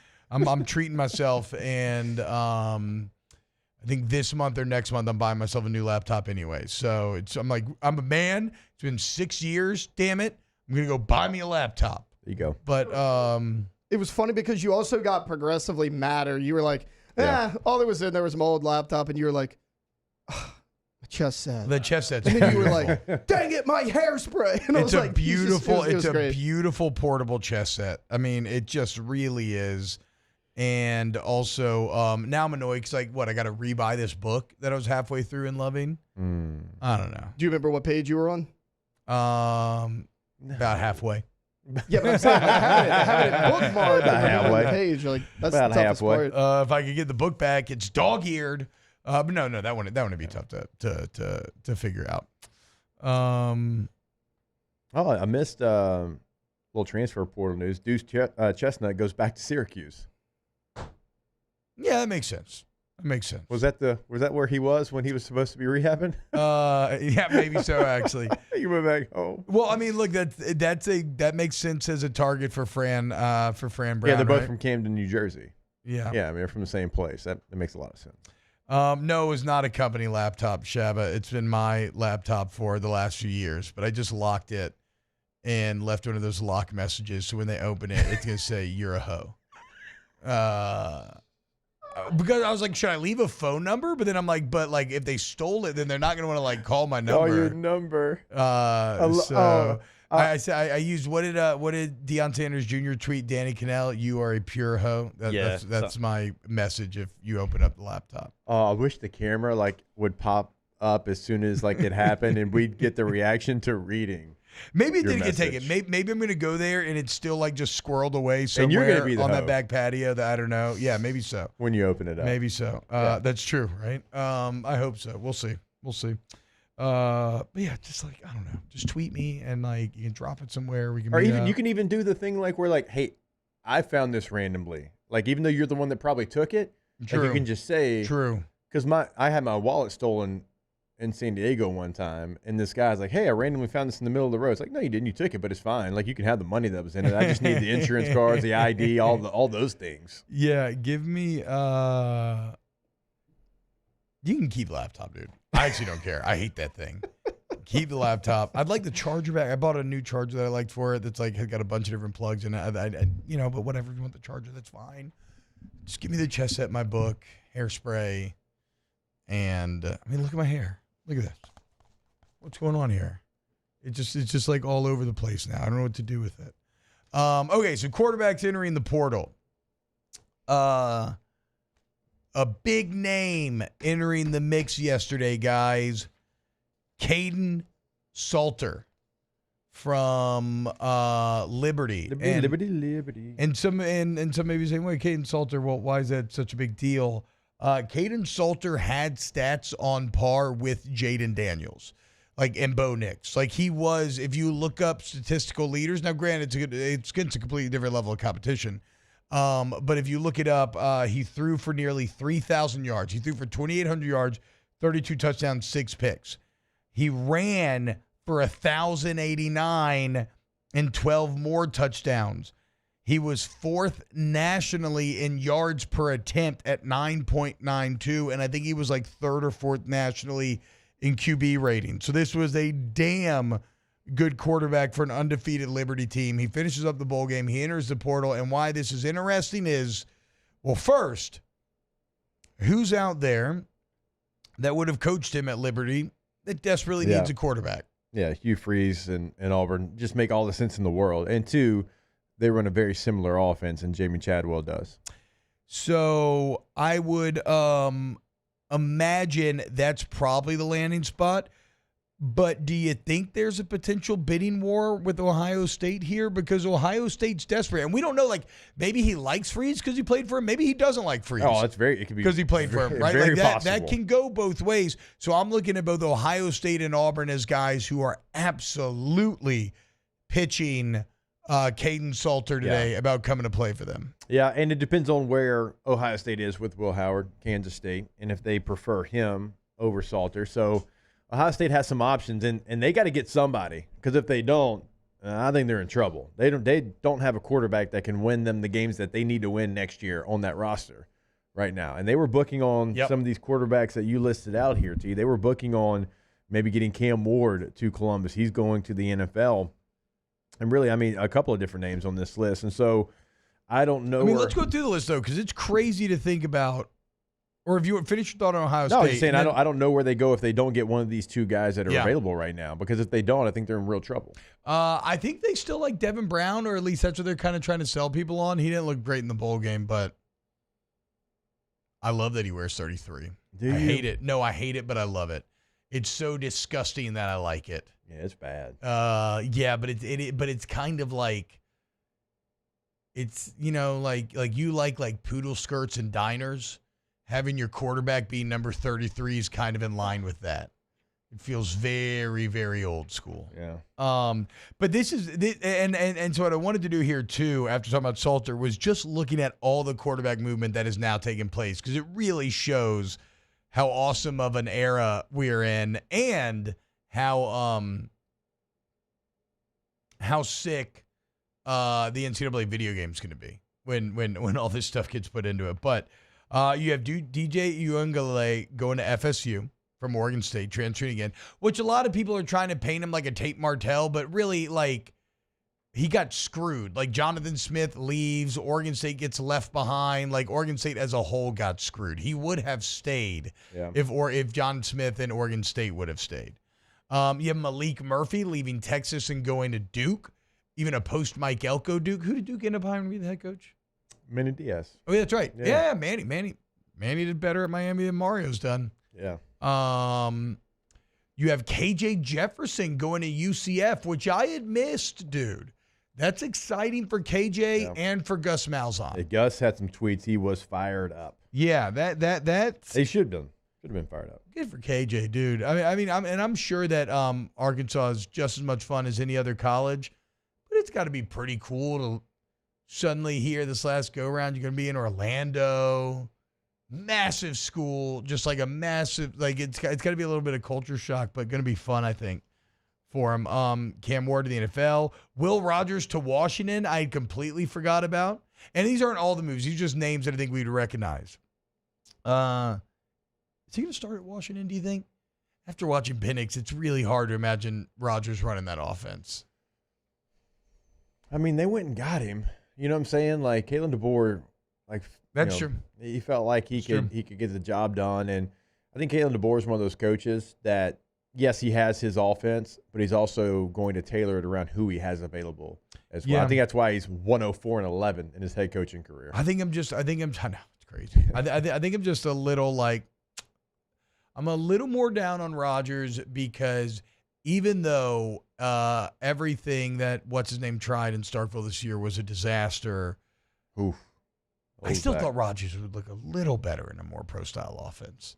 Like, it just looked insanely bad. But whatever, to your point, I talked with Dylan Johnson. Arnett, that's who it was. Zach Arnett, yeah. I talked with Dylan Johnson about, Will Rogers. Man, you put on your recruiting pitch and your recruiting hat. He's like, oh, man, Will Rogers. He just talked about him being able to thrive with some of the things that they had. Now it's his boy. It's his buddy. But he kind of, when you ask a question, you can tell. How are they boys? Somebody, Why are they boys? Where did Dylan Johnson Mississippi State. Oh, he came from Mississippi State? Yeah, you don't remember him? I don't remember him in Mississippi State, actually. I remember being like, why is he there? This is not his skill set for what they do. And so, he kind of lit up and, he was sitting down. He kind of, readjusted himself a little bit to answer about Will Rogers. And so, I'm like you. I have questions about it. Now, Michael Penix Jr. is a unicorn with some of the things that he can do. Of course, it's not going to be Penix Jr. I'm just wondering, is he coming in to be the starter, or is it like an A.J. Swan type of move where it's like, let's make the room competitive and see who wins? I think it's to be a starter. Okay. Yeah. Grayson McCall going to NC State, leaving. That's really dumb. Leaving Coastal Carolina. Dude, I think that's the first time I've ever gotten one over on T-Bob where I got to be the dumb one. That's true. And have a little pun or a little noise. Used to being on this side of the equation. Yes. Tyler Van Dyke to Wisconsin. Maybe a sneaky good move there. I could see Longo and Van Dyke having success together. I feel like Cristobal really just ruined Tyler Van Dyke's confidence, but we'll see. He was there at the bowl game with a jersey on. He's there. He's ready. Oh, he had a jersey on. That's stolen valor. A little bit. You cannot wear the jersey of a team you haven't even played for yet. And it had the bowl patch on. You didn't get to the. Was it Reliquest? Is that what the name? ReliaQuest? What was it? ReliaQuest. Outback Bowl. It's Outback Bowl. Riley Leonard to Notre Dame. Big one there. Obviously, then we had Dylan Gabriel and Dante Moore to Oregon. Blake Shapen to Mississippi State. Brock Vandegrift to Kentucky. Max Johnson to UNC. Forgot about that. But the point of all of this is, think about how crazy Max that still is. has eligibility. I know. And then Will Howard and Malachi Nelson. But think about how crazy that is. That amount of movement about guys and that's not the full list. No, it's just guys we know off the That's top. name recognition. Yeah. Those are guys that we've seen play, that we have ideas of how good they are, that are now be quarterbacking a different major school. I think that's really cool. I know some people will hear that and they'll get upset and think that it's what's wrong with college sports. I think it's what's going to lead to college football being way better overall. And so you have two teams, excited. One not on the blue chip ratio, one on the very edge of the blue chip ratio that are in a national championship game. I think it's because of things like that. It's how you have a TCU. And do I love every aspect of it? I don't. I don't love people demanding stuff that they haven't earned. I'm okay with you earning it. Just go earn it. I don't like demanding something that you haven't really earned yet. But TCU was able to get to a national championship game because of the portal. Nobody wants to talk about that. But they have players from the service academies. They have players from UL Monroe. They have players from everywhere, small little additions that they had that led them to be in that place. And then, Max Duggan kind of goes off, a guy who had been there. But it was because of the portal. And Sonny Dykes told us that. I was able to supplement my roster, fill in needs enough to be a complete football team. And now you have that ability. And nowhere is that more important than the quarterback position. Because having a quarterback that just isn't even a starter level guy has sunk so many different teams through the years. Think about LSU in those in some of those Les Miles days. Instead of having to run Brandon Harris or Anthony Jennings out there, that you could have gotten a transfer. And how good would those teams have then been? Even though, never forget, Brandon Harris beat Patrick Mahomes in a bowl game. He did. That's true. How crazy is that? Not crazy to think about? It wasn't Leonard Fournette and Jamal Adams though. Taylor, did you hear that? Do you think about that ever? Because you weren't paying attention. Where you go? But I thought I'd get a reaction. Brandon Harris beat Patrick Mahomes in a bowl game. Yeah. That's insane to wrap my head around. He was the starting quarterback in the bowl game. Hey, that's what we do in quarterbacks. I'm not sure he outdueled Patrick Mahomes, but he did win the game. So, do you believe in quarterback wins as a good quarterback stat or not? Ooh, good question. In the playoffs, yes. No. Like NFL Feels like a playoffs, yes. cop-out. Yeah. Think Dak's gonna get it done? No. Good Lord, no. Wow. How about the NFL coming out and saying that, look, guys, you got to clearly communicate to the ref who's eligible. They did not. Did you see that? I don't know that I've ever been so mad as I was at the rules analyst going on Scott Van Pelt's show and then trying to take up for his boy, the other referee, and contradicting himself 17 times in the interview. I'm like, dude, have a spine and just say, he screwed up. Yeah, he got it wrong. I know. He has to have common sense. You know what he was? Lackadaisical. Yeah. The referee was. He just assumed, and then he went over there and told the defense he wasn't paying attention, even though Dan Campbell told him before the game, right? You can't be lackadaisical. Well, and what's crazy is the NFL is indeed punishing that crew. They're being demoted and they're not getting playoff games. This is not their first offense, but when a head coach tells you before the game, and why do you think Decker was coming over there in that situation with Penei Sewell? You think he was just saying, what's up? No. He was doing what he told you he was going to do, and it cost him maybe a number 1 overall seed. It was an awful miscall. And let you remember, Brandon Harris, hasn't he gone on to be a good he's Texas, gone on to be a great he? coach. Like a staffer? Yeah, and a staffer. Like he's making his way in college football. Brandon Harris doing very well for himself. Greg Lamont says, I know a guy who was the kicker at Texas Tech at the time, and he said that they could not believe how big and fast Leonard Fournette was in person. True. All right. Let's go to break. When we get back, more ODB. Keep it locked right here. Off the bench with Hester and T-Bob. You know, Matt Flynn never texted me back this morning. Well, he's supposed to be here 33 minutes ago. Yeah. But you know who always messages back? Central Plumbing. Most adults. CentralPlumbing.org. Look, I can't throw Actually, now that you don't have your laptop, we're never hearing from you. The point is Central Plumbing, 925-8552, centralplumbing.org. They got 24/7 emergency service. They do text back. They're there for you. Yeah. In fact, they text you information ahead of time about who's coming into your home, and they're always licensed, bonded, and insured. They do quality work. And it's commercial and residential. They got a massive fleet. They can know all your plumbing needs. 925-8552. Shout out the Payne family, Central Plumbing. Of course, 24/7 emergency service also means 365. So on New Year's Day, if you would have had an issue, it wouldn't have been an issue because Central Plumbing would have come out and they would have taken care of that. But 24/7 means anytime that you need them. Doesn't matter, holidays, nights, weekends, whatever it might be. So make sure you take this number down at 225-925-8552, centralplumbing.org. In times of need, get a full list of phone numbers, websites, and other important emergency information on the Demco Stormwatch page at 1045ESPN.com.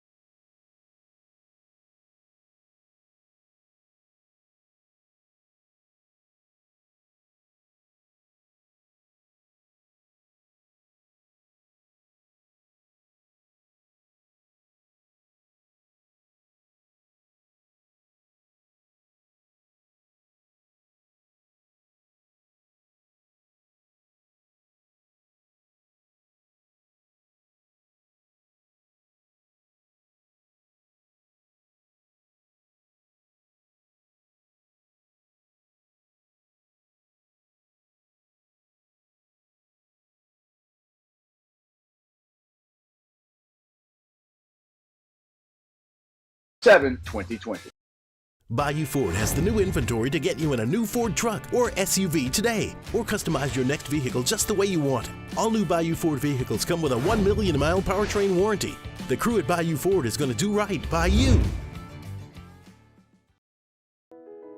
I've been doing business with Luba for 25 years. They're dependable, trustworthy. It's just the attention to detail with our clients. Our folks have years and years of experience. They're highly trained professionals, but many companies have that asset.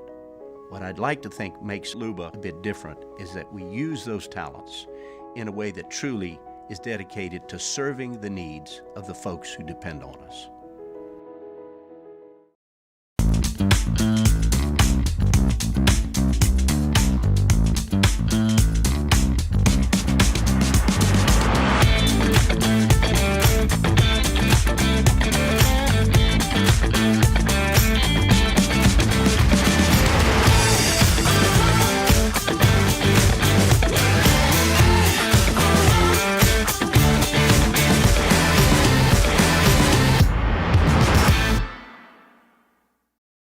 Electricity is all around us, and our families depend on it. Every day is sparked by the power of a cold drink or a warm. Join me for a Wednesday edition of the Hunt Palmer Show. Glenn West from Go 24/7 talking Tigers. JD Pickell of On 3 Sports, and it'll 1F Wednesday on Palmer Show 1 to 3 weekdays, 104.5 ESPN Baton Rouge.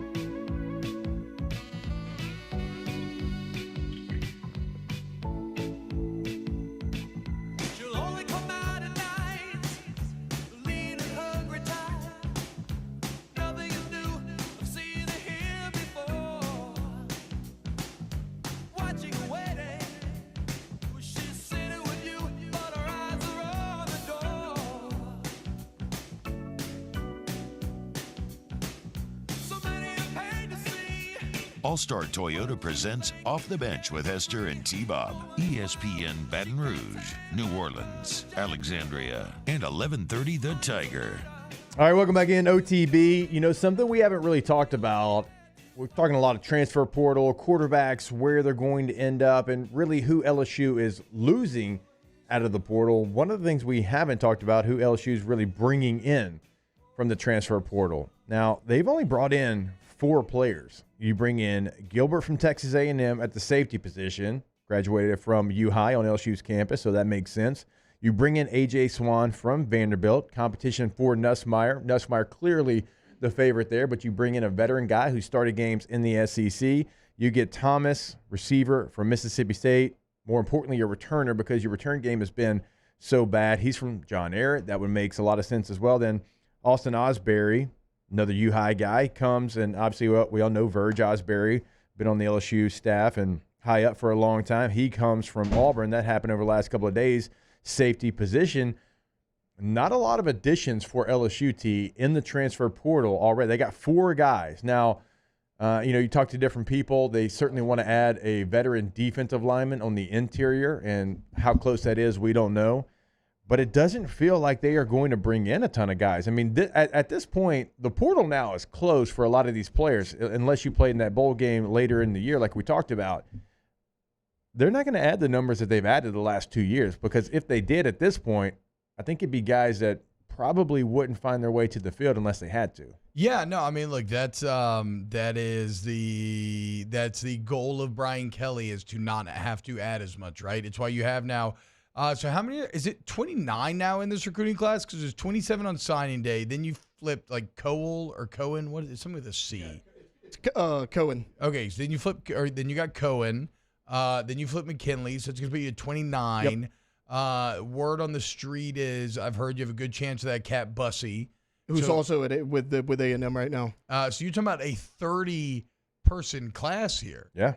Potentially. So you are truly building that high school recruiting foundation and I already liked this class before the star power of McKinley entering, because as we talked about, it feels very representative of some of the foundational classes that have been used to launch you to championships in the past. And it feels like classes that LSU are going to have to do in this modern era where maybe you can't quite outspend some of the bigger schools and some of these national recruiting ratings. And now you're probably what are you like up to 8? I'm guessing. I haven't looked again. You're at 7. Oh, you're at 7 now. Yeah, you moved it to 7. Wow. Okay. So a very good job. So the point of all that though is you're getting, you now have enough frontline guys where you don't have the immediate holes to fill, and you've now built out depth through younger guys with now 2 recruiting classes, so you no longer have to go get like 16 guys out of there. Now you're still gonna add some guys after spring, right? Like for sure, there's a It'll second be another window. Yeah. But yeah, definitely not the numbers of the past. Well, Kelly mentioned this multiple times, kind of right in the middle of the season. He was saying, I want to keep this under 10. 10 was kind of his number in the transfer portal, and then when you asked a lot of the national recruiting guys, they thought that number would be closer to like 5 to 6, and we're right at 5 right now. So, yeah, I mean, he may add some people after spring. Like, if you have a key piece in the transfer portal, you replace him with someone. But, yeah, he really wanted to add from the high school ranks in this class. One of the things, too, is eventually you sign 29 people, they got to play, too. And you have to trust that process. Like, it doesn't have to be wholesale changes in the portal. Now, is it going to work out for LSU? We don't know that, but it looks like their approach, T, is we've recruited these young players. We have to see how they've developed.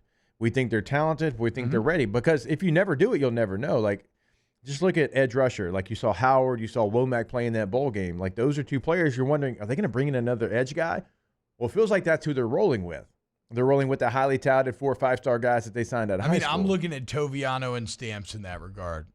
That's who I am zeroed in on. Now, J.K. Johnson also remains the kind of great unknown because of the injury, but like why I'm saying I'm really zeroed in on Toviano and Stamps is because I think they can be good, but I'd be lying if that bowl game didn't kind of make me a bit disconcerted. Right, getting cooked by some of those Wisconsin wide receiver was giving me some disconcerting signals. But then again, I don't think that that's been a room that's been particularly coached very well. Like especially with the actual ball skills. Like a lot of times they're in position and they just don't make the play. And even like Rod Gilmore did a good job of breaking that down at the game the other day, where he's talking about why are you coming from underneath? Like, you need to be coming over the top. And so these are things where it's like, okay, maybe even though they were kind of getting beat in the game, maybe that, maybe they can be better, or maybe not that good. That's to me one of the biggest crux, like one of the biggest points of one of the biggest deciding factors of how good LSU's defense can be next year are Toviano, Stamps, and J.K. Johnson good? Well, if you look at it, T-Bob, like what did people love about Toviano coming out of high school so much was that he was kind of that hybrid, a lot like Kelvin Joseph was when he came out as like corner and safety, and like most people kind of thought he projected more as a safety at LSU, and that's kind of what he ran out a little bit in fall. They moved him to corner out of necessity when he had a Zy Alexander go down. So Zy Alexander's a guy who can come back. How is he going to recover from that injury?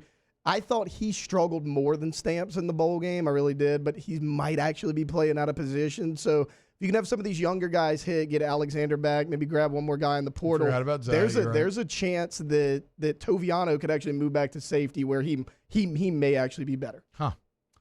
Well, time will tell. I'm still also interested to see, what was I interested to see? I just blanked. Doesn't matter. I'll figure it out. We'll get there later. All right, when we get back, more Off the Bench. Keep it locked right here, OTB. Off the Bench with Hester and T-Bob. Are you looking for Louisiana's most reliable and respected roofing company? Well, look no further, okay? Where's the hat? Throw me the hat, Mario. We talking about Coleman Roofing and Construction.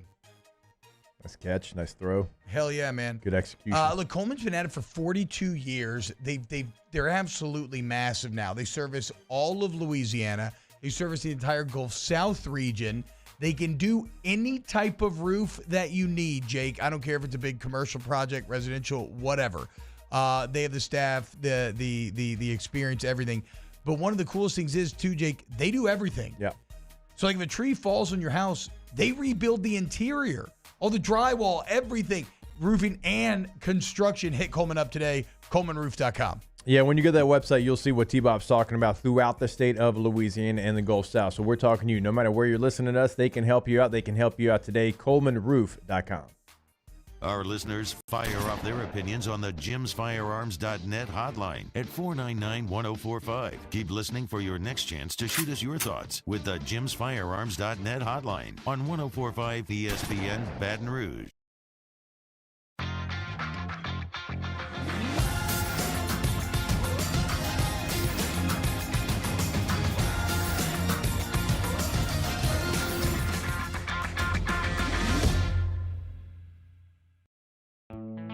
The importance of doing this fortified program and offering it to people down here is, number one, the only real chance you're going to get to do this is when you put on a new roof or build new. And through companies like HUDCO, who's kind of leading the way in this thing, it's going to offer the customers a huge advantage in the insurance market and the price of their insurance. You know, we're not looking to make a fortune off fortifying. We're trying to give you a better product than our competitor at the moment. I'm trying to do something that he can. I'm trying to give you something better. So a lot of these insurance jobs, you're getting a re-roof, you're only paying your deductible. Let's sit down and talk about the fortified and let's see what it does to your insurance premium. You're getting a steal. Yeah. You're getting a brand new roof and a fortified certificate for your deductible, essentially. I think we're rocking and rolling.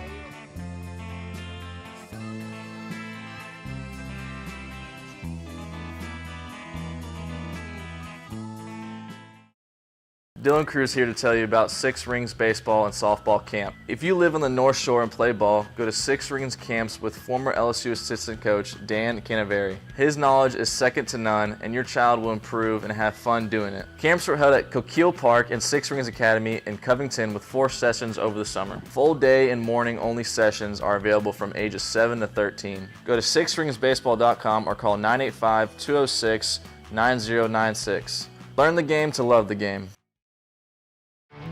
There it is, the extra mile, on the border of expected and extraordinary, for those willing to go further, like vans customized for work or play, with safety and tech to keep you connected, supported by a 5-star sales, service, and finance team, and backed by the 1-star you know. So go the extra mile. It's never crowded, because so few have what it takes to go there. Mercedes-Benz Vans. Electricity is all around us, and our families depend on it. Every day is sparked by the power of a cold drink or a warm meal, a movie night, and a comforting light at the end of a dark hallway. From sunrise to sunset, playtime to bedtime, our team is ready to take care of your electrical needs. Even in the case of an after-hours emergency, the light in your life shines brighter with Mr. Electric.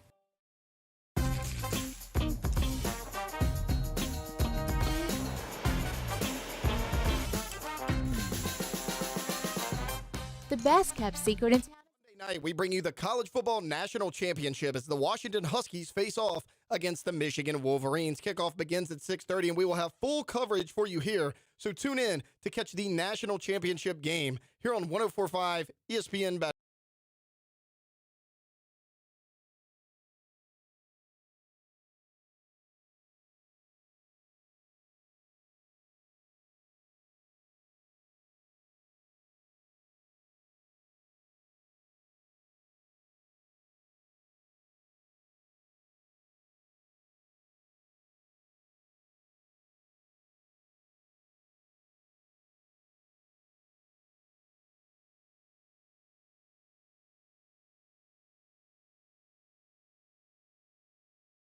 Fire 2024 looking like 4 losses minimum at this point. I don't think so. I don't think so. I mean, there are, well, first off, let's say no changes get made to the staff, the ones that you want. Certainly then that would, that's going to affect your expectations. Sorry, I'm trying to bring up the 2024 schedule. But, like, I mean, this offense, let's be clear, dude. This offense should be awesome. Yeah. Like, Garrett and Nussmeier look great. And, again, I don't care about the 395 as much as I do the situational football. Going down 14, staring down 98 yards. And I talked about this yesterday. I think Miles Brennan, had he not got hurt, was going to be awesome. He was putting up stats in those games we saw him play, but in that Mizzou game, he was really starting to find himself. Like, the stats are much but so the point of all this, if Garrett Nussmeier has that game he has, but they don't score on that 98-yard touchdown drive, then then people are just like, oh, it's just like Miles Brennan or something, right? Which, again, I think is maybe a bit. I think that's a bit unfair to Miles, because I think Miles would have been awesome if he hadn't got an injury that we never had for. But the point of it is, the reason why the Nuss thing is so exciting is because he did stare down 98, and they go and they win the game. So I think Nuss should be good. I think Cortez Hankton's going to have this receiver room rolling once again. Kyron Lacey looked awesome. You got talent out the ass there. The offensive line's going to be absolutely great once again. I trust Brad Davis, and you're bringing back basically everybody. The running back room's going to be even better than it was this year. And so with an entire offseason, yes, you're losing Jaden Daniels' legs, but you can replace that, Jake, with a more traditional running attack. Like go look at what Michigan does and start stealing from their playbook. Well, Cole Kubik and I were talking about it this weekend about LSU. Like, when LSU wanted to hand it off to Logan Diggs and go north and south, they were successful. Yeah. But it's like you had something that was unicornish with Jaden Daniels and what he could do, and so you didn't really ever buy into it.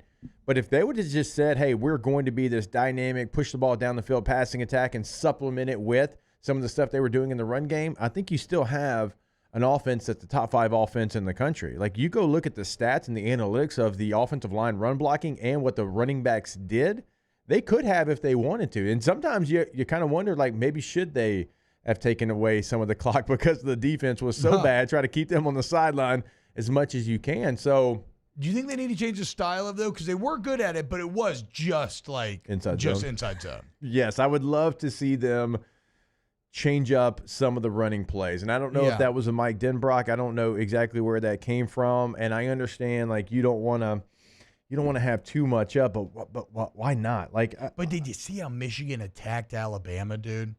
So much pre-snap movement, so much horizontal misdirection, guys just going all, like, it was just, to me, a masterpiece of offensive play design. You know what else Michigan had? And look, and y'all know me, I'm not trying to be my normal self here. And a fullback. Just saying. Number 44 was out there, balling out. It's just a little bit different. I'm just saying, just in case. And then we look at the schedule, if we're talking about wins and losses, and although the schedule is really tough, today, January 3rd, 2024, it's not the worst, right? Because USC seems very down right now. UCLA should be down after losing some of the coaches they lost and everything. You get South Carolina down. Now Ole Miss is Ole Miss. That's going to be tough. But then Arkansas, A&M down, even though I think they'll be tougher under Elko. Of course, Alabama, Florida, way down, Vanderbilt, and then Oklahoma even feels down, which is crazy coming off a 10-2 year. And granted, it'll be Oklahoma at the end of the year, so maybe Jackson and the O-line get together. But, like, I don't know. I don't see just 4 for sure losses on that schedule. I disagree. Yeah, it's a hard schedule, but it's not the hardest by any means in the SEC. We could certainly come up with 4 teams off the top of our head that have a more difficult path than LSU. But I don't know. I think they have the offensive talent. I'd love to see more dynamic plays in the run game, more variations. What percentage do you think they ran inside zone this year? 80%. No, that would be – they ran it 45% of the time, which is an incredibly high number. Washington runs at 32, and that's a lot. Hour 3 next. Off the bench with Hester and T-Bob. Gulf Coast Office Products is a nationally recognized Savin office equipment dealer based right here in Louisiana. Over 100 employees strong, Gulf Coast has the boots on the ground to support all vertical markets, from education, engineering, legal, and finance. With the latest in office technology, from desktop to production segment units, Gulf Coast and Savin have the perfect fit for you. Call 225-756-2644. That's 756-2644 for Gulf Coast Office Products. Bayou Chrysler Dodge Jeep Ram has $10,000 off MSRP on new 23 Jeep Grand Cherokee, $10,000 off new Jeep Grand Cherokee, and all new Bayou Automotive vehicles come with a 1 million mile warranty. The crew at Bayou Automotive is going to do right by you. Follow us on Twitter at 1045ESPN to cast your vote in the Citizens Bank and Trust Poll of the Day. Vote daily inside Off the Bench, live at lunch, Hunt Palmer. And after further review, Citizens Bank and Trust brings you the Poll of the Day via Twitter at 1045ESPN. Hey, boat owners, check it out. It is the holiday season, which means it's time to buy yourself a gift by taking your boat to the next level with our friends at Front to Back Boat Service. Now is the perfect time to upgrade your boat and get it ready for that warmer weather, whether that's trolling motors, HD sonar, anything and everything. The Sherman family's been at it for 30 years, and Devin's going to take you through 30 more. Find him on Facebook at Front to Back Boat Service or go to fronttobackboatservice.com. Bayou Ford has the new inventory to get you in a new Ford truck or SUV today, or customize your next vehicle just the way you want. All new Bayou Ford vehicles come with a 1 million mile powertrain warranty. The crew at Bayou Ford is going to do right by you. It was a humid day, barefoot children play, looking for that summer shade. Time just slips away. Oh, Louisiana, some kind of hold on me, like cypress stumps. Your roots are planted deep inside of me. I've been doing business with Luba for 25 years. They're dependable, trustworthy. It's just the attention to detail with our clients. Our folks have years and years of experience. They're highly trained professionals, but many companies have that asset. What I'd like to think makes Luba a bit different is that we use those talents in a way that truly is dedicated to serving the needs of the folks who depend on us. Dylan Cruz here to tell you about Six Rings Baseball and Softball Camp. If you live on the North Shore and play ball, go to Six Rings Camps with former LSU assistant coach Dan Canaveri. His knowledge is second to none, and your child will improve and have fun doing it. Camps were held at Coquille Park and Six Rings Academy in Covington with 4 sessions over the summer. Full day and morning only sessions are available from ages 7 to 13. Go to sixringsbaseball.com or call 985-206-9096. Learn the game to love the game. There it is, the extra mile, on the border of expected and extraordinary, for those willing to go further, like vans customized for work or play, with safety and tech to keep you connected, supported by a 5-star sales, service, and finance team, and backed by the 1-star you know. So go the extra mile. It's never crowded, because so few have what it takes to go there. Mercedes-Benz Vans. At Relief Windows, we're more than windows. We're windows, doors, hardy plank, and vinyl siding. But our #1 product is always customer satisfaction. Visit us online at reliefwindows.com. Oh, by the way, we do shutters too.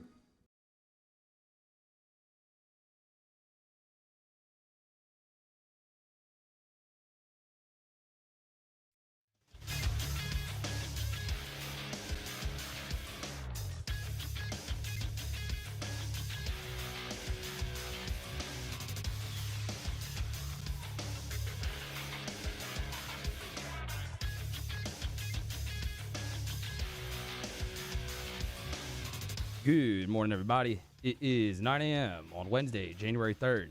Today in Baton Rouge, expect cloudy skies with a high of 55. If you missed hours 1 or 2 of the show, you can now catch that up at the on-demand section at 1045ESPN.com. And you can follow us on Twitter, Instagram, and TikTok at OTB_ESPN, or catch us on YouTube at the 1045 ESPN channel. Hour number 3 of Off the Bench, live from the Mercedes-Benz of Baton Rouge studio, starts now. All-Star Toyota presents Off the Bench with Jacob Hester and T-Bob Hebert. Yeah. Off the Bench with Hester and T-Bob. Hey, P, they said I got to come off the bench. All-Star Toyota presents Off the Bench with Hester and T-Bob. Yo. Yo! What's up, y'all? Welcome in. Hour number 3 of OTB. T-Bob, Jake Martell hanging out with you today. Hope you're having a great day. Yeah. Talked a lot of college football today. A lot of college football. A lot of LSU. A lot of Pirtle. Some Cruton. National championship talk. Sugar Bowl talk. Rose Bowl talk. We haven't gotten to the NFL yet. If you missed it, David Tepper over the weekend as the Panthers were busy getting shut out and losing to the Jacksonville Jaguars. David Tepper, the owner, threw a drink on a Jags fan out of his suite. Just a ridiculous look for any adult, much less the owner of the Carolina Panthers, who is worth over $20 billion.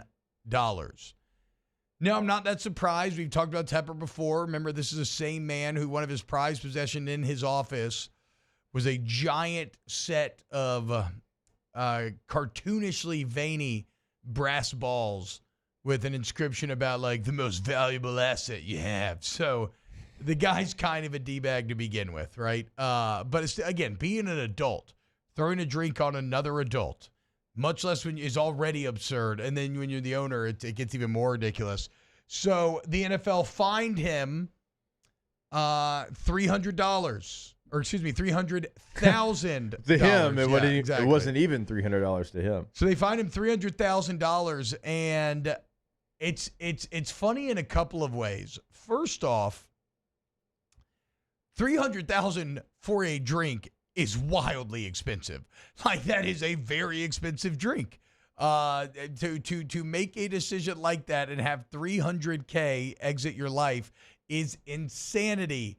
The second wild part of that is, unless you're David Tepper, as Darren Ravel doing some napkin math here, if we take the $20.6 billion net worth of Tepper and we compare that to the net worth of the average American, that $300,000 fine, and if this doesn't make you think about the wealth gap or anything like that, that's just, that $300,000 fine is the equivalent to the average American being fined $1.77. Not even $2. Not even $2. This man has so much money, $300K. Life-changing money for the vast majority of us is not even $2.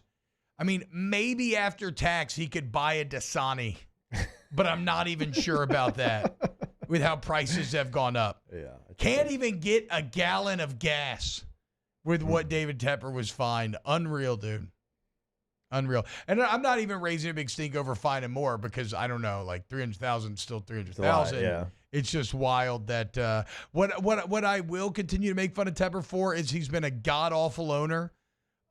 He took over in 2019. They're 31-67, and he's fired 3 coaches since that season opener in 2019. Oof. What I also want to make fun of him for is, hey, bro, take some responsibility. Did you see his statement on throwing the drink? You're going to talk about someone who obviously the $1.77 fine did not affect anything, didn't make him learn anything. He just seems like such an immature little loser to me. He says, quote, "I am deeply passionate about this team and regret my behavior on Sunday. I should have let NFL Stadium security handle any issues that arose. I respect the NFL codes of conduct and accept league's discipline for my behavior. Nary an apology to be seen. Excuse making. Blaming it on the guy that he threw the drink on." How about this, David Tepper? How about you just be an adult and you be like, yeah, I'm sorry. I acted, I was in the wrong and I should not have done that. Nothing a basic Jaguars fan can say to you should make you throw a drink on him. You're an owner. He's just a fan of the team. Your behavior is beyond pathetic. And boys, that is the man who, if you're a Saints fan, you have to rely on this Sunday to beat the Tampa Bay Buccaneers and Taylor's boyfriend, Baker Mayfield, to give the Saints a chance at winning the NFC South. We are screwed. Well, it's funny that do you want to make he it? did that because he claims that he's a man of patience. If you guys remember, he says, I'm a man of patience. Everyone knows me. So, I mean, the Jaguars fan must have done something bad to him. Yeah, well, he should have let NFL security handle it. Because Even though he's he fired, said something very mean to me. He may have even flicked him off. Look, throws a drink on fan, T-Bob, fires 2 coaches before the season's over in their first year, but he does have a lot of patience. Everyone knows it. Yeah, a man who, not at all, not impulsive. Not at all impulsive, right? Also, remember, this is the same guy who owns the MLS team there, which made the playoffs in their first year, and he fired the coach. Yeah. Incredible, like, attendance numbers and, like, everything. Fire him. Get rid of him. You suck, David Tepper. The only thing that can save the Saints. Suck in so many ways. The fact that guys like you manage to make that amount of money is just makes me sick. The only thing that can save the Saints' playoff hopes, bring in the Red Rifle. Yeah, because he plays for Carolina. Yeah. You got to get rid of Bryce Young. Yeah, let him ride. Wow. Let him do the Saints a solid. The irony of Andy Dalton being the key to the Saints winning the NFC South. Yeah. Bring in the Red Rifle, allow him to come in and get a victory. I feel like he's good at that kind of thing. I know. I remember a few years ago the Bills made the playoffs for the first time in like ever with Tyrod Taylor as their quarterback, and they needed the Bengals to beat somebody. I forgot who it was, but they had a terrible record, and Andy Dalton just came through in that game and was clutch and threw a game-winning touchdown pass and helped them make the playoffs. So hopefully do the same for New Orleans. Yeah, to y'all's point, like he's done this his whole career. Like I know Jake's kind of being tongue-in-cheek, but like a couple years ago, it was the game where Dak broke his ankle. Remember, he's out for the year. You weren't here for my Andy Dalton love fest, though. Okay. You hadn't started the show Well, yet. it was like week 3 of the season. Dak breaks his ankle, but he's played really bad that game. The Cowboys were trailing. Andy Dalton comes in, leads them back-to-back scoring drives, and they win the game. Okay, and then like he held them afloat that year. So like he's done this in multiple stops. I would say this. Look, Jake, you were right about Derek Carr. I still disagree with you about Dalton. Like you're getting the same thing you got for way more money, which is awful. That was my whole point. But I was still in no way excited about Andy Dalton. I still don't think the stats told the whole story there. And I get it, even though they were better analytics. I get what you're saying. But you paid, just like we talked about with Baker Mayfield. Now, it didn't play true on Sunday, but like you were getting more production from Baker Mayfield at like $4 million per year than you were from Derek Carr. So it was like the amount of money that initially was the thing I was questioning the most. So I know if the Saints win and then the Panthers beat the Bucks, which you want to beat the Falcons no matter what. So that's why you asked me, Jake, do you want to win the South? I don't know if I do, but I do know that I want to beat the Falcons. You don't want to go 0-2 versus the Falcons and then have the Saints organization try to sell you on bringing Dennis Allen back. If you lose to the Desmond Ridder / Taylor Heineke Falcons with the worst OC in the entire NFL in Arthur Smith, if you lose both those games, that could be a Humpty Dumpty moment. Yeah. Even though I don't know, you weren't here yesterday. Nick Underhill basically told us he thinks it's way more likely than not Allen's coming back, no matter what. Already done. So, if that's also the case, then I want to beat the Falcons anyway because, like, whatever, it doesn't matter, right? What are we missing here? What are we missing? Like, we've both done this for a long time. We've been involved in the game a long time. If you don't produce, you don't have a job. If you don't show signs of growth, you don't have a job. What are we missing here? What are we not seeing? I'm trying to think that the front office is seeing. Maybe it's a bit of like when you draft like a second rounder and he's not that good, but then you keep him anyway because you kind of need him to be good. Like you went so hard on Derek Carr that it's like, no, we're going to go all in on trying to make Carr work. But even if that's the case, it's like, well, I don't think DA is the guy to do that, right? But maybe even there is some hubris in that, well, no, we chose DA and we're going to get, and it wasn't, it had, like if you win, you finish 9-8. I guess that's a 2-game improvement. It's a winning record.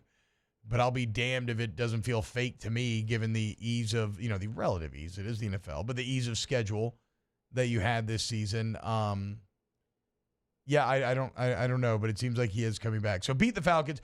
Do we know about Mari, are you up to date on the wild card scenarios? I am not. Yeah, so the Saints need to win. I know they need Chicago to beat Green Bay, and they need Arizona to beat Seattle. And the Saints can win or tie in that scenario, but they need those two teams to come through. Don't feel great about the Seattle-Arizona game. Though, division game, and Arizona coming off the big win last week. Maybe so. Maybe so. I don't care. I'm not even worried about that. All I want, though, I do want the Saints to beat the Falcons. Yeah. Like to your point, Jake, draft picks are out the window, whatever. And even now, Penix looks so sexy and exciting that if he's the fourth guy, I'll trade up to go get Michael Penix Jr., right? I don't think the Saints will. That's why I like Cam Moore going to this year's draft. Crazy. I'm like, man, you see the guys that are going. This is a really, really solid quarterback class. I'm not saying you're not a good player, but you can continue to grow because you've grown every year you've been in college. And come on back, you could be next year's Michael Penix potentially. Yeah, true. And next year, who's like projecting forward? It's kind of Beck and Ewers that are going to be the top rated guys. Shadur Sanders. Excuse me? And who? Shadur? No, I know you said Shadur, but that accent hit a little different. It sounded like to me, like you said you're about to maybe go, a euphemism for how people talk about the toilet sometime. Yeah. You said Shadur, but a little quicker like. Oh, Itter. Shitter, like Shadur Sanders. Yeah. Yeah. It's full. Shadur Sanders. It's full. Yeah, exactly. Yeah. That's why I was like, huh? what could I have been misinterpreted here? Yeah, him, that guy. That's true. And Shadur. I forgot about Shadur. Yeah. Sanders. Yeah, no doubt. And trying to think, I feel like there's one more that we're missing out here. But still, not. I'm sure there is. But the point is, it's a way less Shadur there crowded is? room. Yeah. Shadur there is. Shadur there is. So, I think, if Michael Penix is there, gosh, fourth quarterback in this draft, and you're sitting there in the teens and you have the opportunity. Now, literally nothing in your history tells me that you would be willing to do that. But I saw him in the Superdome a couple days ago. I would love to see more of him in the Superdome. Brandon Hollingsworth, he looked pretty good on the field, didn't he? Brandon Hollingsworth said, when to touch Penix with a 10-foot pole, horrible injury history, and he's a lefty. Well, but is 2 years of sample size of being healthy, is that enough for the injury history? He's a little older, which maybe makes him less attractive. Like, isn't he older than C.J. Stroud? Yeah. That's crazy. A lot of quarterbacks, like this year, because of the super senior and all that. Yeah, for sure. It just also, that's just a testament to C.J. Stroud. Look, he's had the same ACL injury twice at Indiana, but like T-Bob said, he's shown you 2 years of being healthy, and the way they were using him at Indiana, he was the workhorse plus. Like they were putting him in harm's It was way. everything was on him. He won't have that in the NFL. What's the problem with being a lefty? Yeah, like two balls. What do you mean? Steve Young's pretty good. To your point, everybody's like, oh, well, they knock him because he's a little bit older. You could argue that those are the better rookie quarterbacks. It could be an advantage. Baker and C.J. Stroud all had really good rookie years, and they were all the oldest quarterbacks in that draft class for the most part, as far as the guys that got drafted high. So yeah, sure. I don't take that away from him at all. And somebody who is a lefty, I take offense to that. T-Bob's a lefty. Yeah, I'm lefty as well. Okay. Aren't you lefty, Jake? I do a lot of things left-handed. Okay. Yep. Only thing I actually do is write. You throw lefty though? Either. Oh, okay. Interesting. Bat lefty-handed. Like golf really, left-handed. you can throw either. Like if you pick up a ball, which would you throw it with? Just naturally. Probably farther right, but I can throw easily with the left. Yeah. Okay. Soccer, obviously kick with both feet. Hell yeah. Damn, Stroud's 22. All right, so Brandon says Tua is the only lefty in the league, including backups. That means nothing to me though, because there's just not that many left-handed people on planet Earth, and there's not that many people that can play quarterback on planet Earth. So it's like, just mathematically, statistically, there's not going to be. Also, I find that a bit hard to believe. There's not a single backup lefty anywhere out there. But just statistically, like that could come about. All right, but the point is, I want the Saints to beat the Falcons. Who cares about draft, whatever, and then just let the chips fall where they may. Playoff. You may not control your own destiny, but you do control your ability to beat the Falcons. And I remember last year, what a bummer it was watching you blow it in that final week to that awful Carolina Panther football team. And again, if you blow it to this Falcons team and you go 0-2, and then you have to go through an entire offseason where Mickey Loomis tries to sell you on Dennis Allen, you will affect the bottom line. People will stop going to the games. The Houdat Nation will be soured, and season ticket sales will fall. So I think there's actually a lot riding on Sunday. First left-handed quarterback that comes to mind. It's always Steve Young for me. Mike Vick. Mike Vick, yeah. Oh, yeah. Dog. God, mine's different than yours. What? Mine's Ken Stabler. I was about to say. I knew Stabler was coming from somebody. I thought maybe you're going to go Scott Mitchell. I actually never knew Stabler was left-handed. I was just going to say Stabler because I figured that you were going to choose him. That's Oh, interesting. Mark Brunell. Great lefty. Hell yeah, Mark Brunell. Jim Zorn. Forgot about him. That doesn't do anything for me. Boomer Esiason. Didn't know Boomer was left-handed, actually. Really? Yeah. Oh, we know. Oh, Bobby Douglas, quarterback for the New Orleans Saints in 1976. Do anything Was for you? Charlie Batch left-handed? No. Damn. God, he played for a century. Was Rodney Pete left-handed? No, he was not. No. Tim Tebow was. Gross. Is. Very funny watching Tim Tebow highlights the other day, because I'll be damned if after watching a year of Jaden Daniels, Tebow doesn't look like he's moving in slow motion. And to be clear, like Tebow was like Jake texted it in the group. Tebow was like Mike Allstott with like a slightly above average arm. So like so it is a completely different skill set. But like just after watching how fast Jaden is and the throws that he could make, watching someone like Tebow, it felt like watching like an old Model T versus like a modern day sports car. It was kind of wild. Yeah. And look, Tim's a great guy, and Tim's one of the better college football players that we've had. But he came at the right time in the right offense with the right skill set. Which is a lot of stuff in life. Yeah, it is. I wonder what it would play like today, like with some of the read option stuff that we have, and some of the RPO stuff that we have, and like you said, like you turn on the tape of the last couple of quarterbacks that have been kind of a dual threat quarterback, and they look different. Yeah, yes. And also the difference being is that, like, look at Jaden Daniels' deep balls and the accuracy. Yeah. It's just unreal nowadays. A Model Tebow instead of a Model T. That's a good joke, Bilbo. All right, when we get back, more OTB. I still want to get to maybe a little Killers of the Flower Moon as well at some point. Keep it locked right here on Off the Bench. Off the Bench with Hester and T-Bob. ESPN Baton Rouge, New Orleans, Alexandria, and 1130 The Tiger. As Bada Bing Bada Boom in the chat says, was Byron Leftwich left-handed? No. Ironic. Fortunately, no. Ironic, I know. dude. No. Byron Rightwich, more like. All-Star Toyota Baton Rouge. The joke was a crash. You could bring it in to the All-Star Toyota Baton Rouge Service Center, and all makes or models are welcome. This is not just Toyotas, y'all. And you can take advantage of their excellent service center, man. The great lines of communication, the shuttle service, the rentals, the factory parts right there on site, the free professional estimate, the lines of communication where they just talk to you throughout and don't make any big decisions without you. It really is just an impeccable experience. And so go in, mention Jake, T-Bob, OTB, any of it, and you get $100 toward that deductible. And it helps the show. Go to allstartoyotaofbatonrouge.com. Find your rental, new, lease, whatever it might be. allstartoyotaofbatonrouge.com. In times of need, get a full list of phone numbers, websites, and other important emergency information on the Demco Stormwatch page at 1045ESPN.com. There it is, the extra mile, on the border of expected and extraordinary, for those willing to go further, like vans customized for work or play, with safety and tech to keep you connected. Supported by a 5-star sales, service, and finance team, and backed by the 1-star you know. So go the extra mile. It's never crowded, because so few have what it takes to go there. Mercedes-Benz Vans.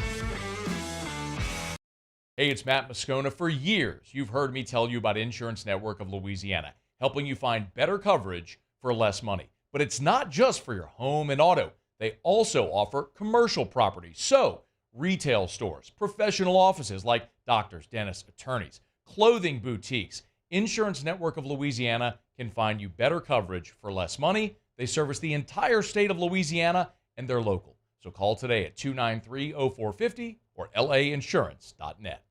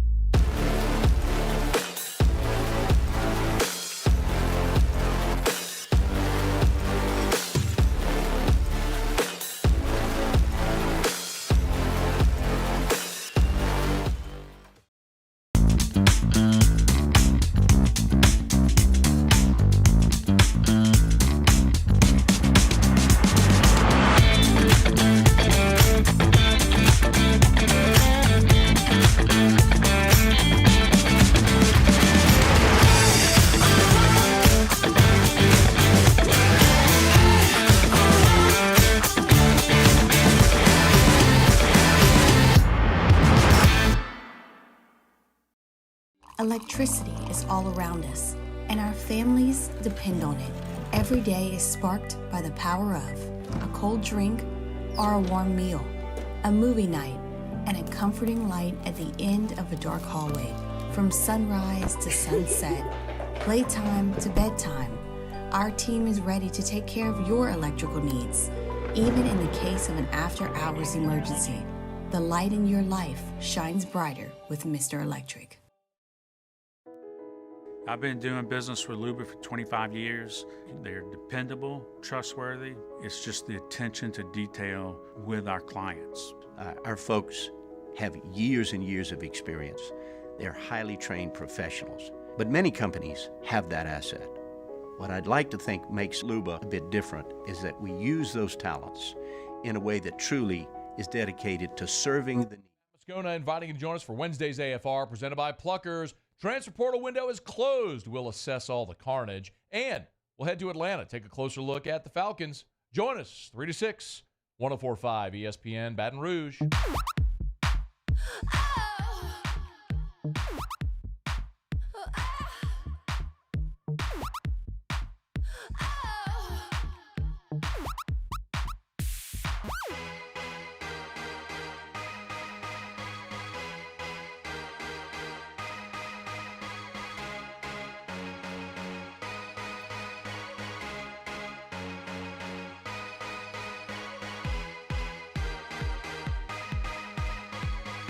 All-Star Toyota presents Off the Bench with Hester and T-Bob. ESPN Baton Rouge, New Orleans, Alexandria, and 1130 The Tiger.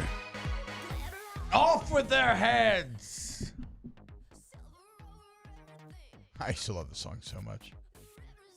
It just reminds me of Project X. It's like a club anthem. Heads are rolling? Yeah. Like when I wanted to just get all the way up, I wanted to roll, you just put this on. We'll see if heads are on. We will, won't we? Sometimes it's sooner rather than later. Is this what they play? Yeah, I would think so. Yeah. Is this what they play when in Project X when all the ecstasy comes out of the little gnome, or is that the Kid Cudi? Yeah, I think you're thinking of Pursuit of Happiness. Pursuit of Happiness. Yes. They definitely play this though in a Project X party montage as well at one of the points. Yes. Project X was okay.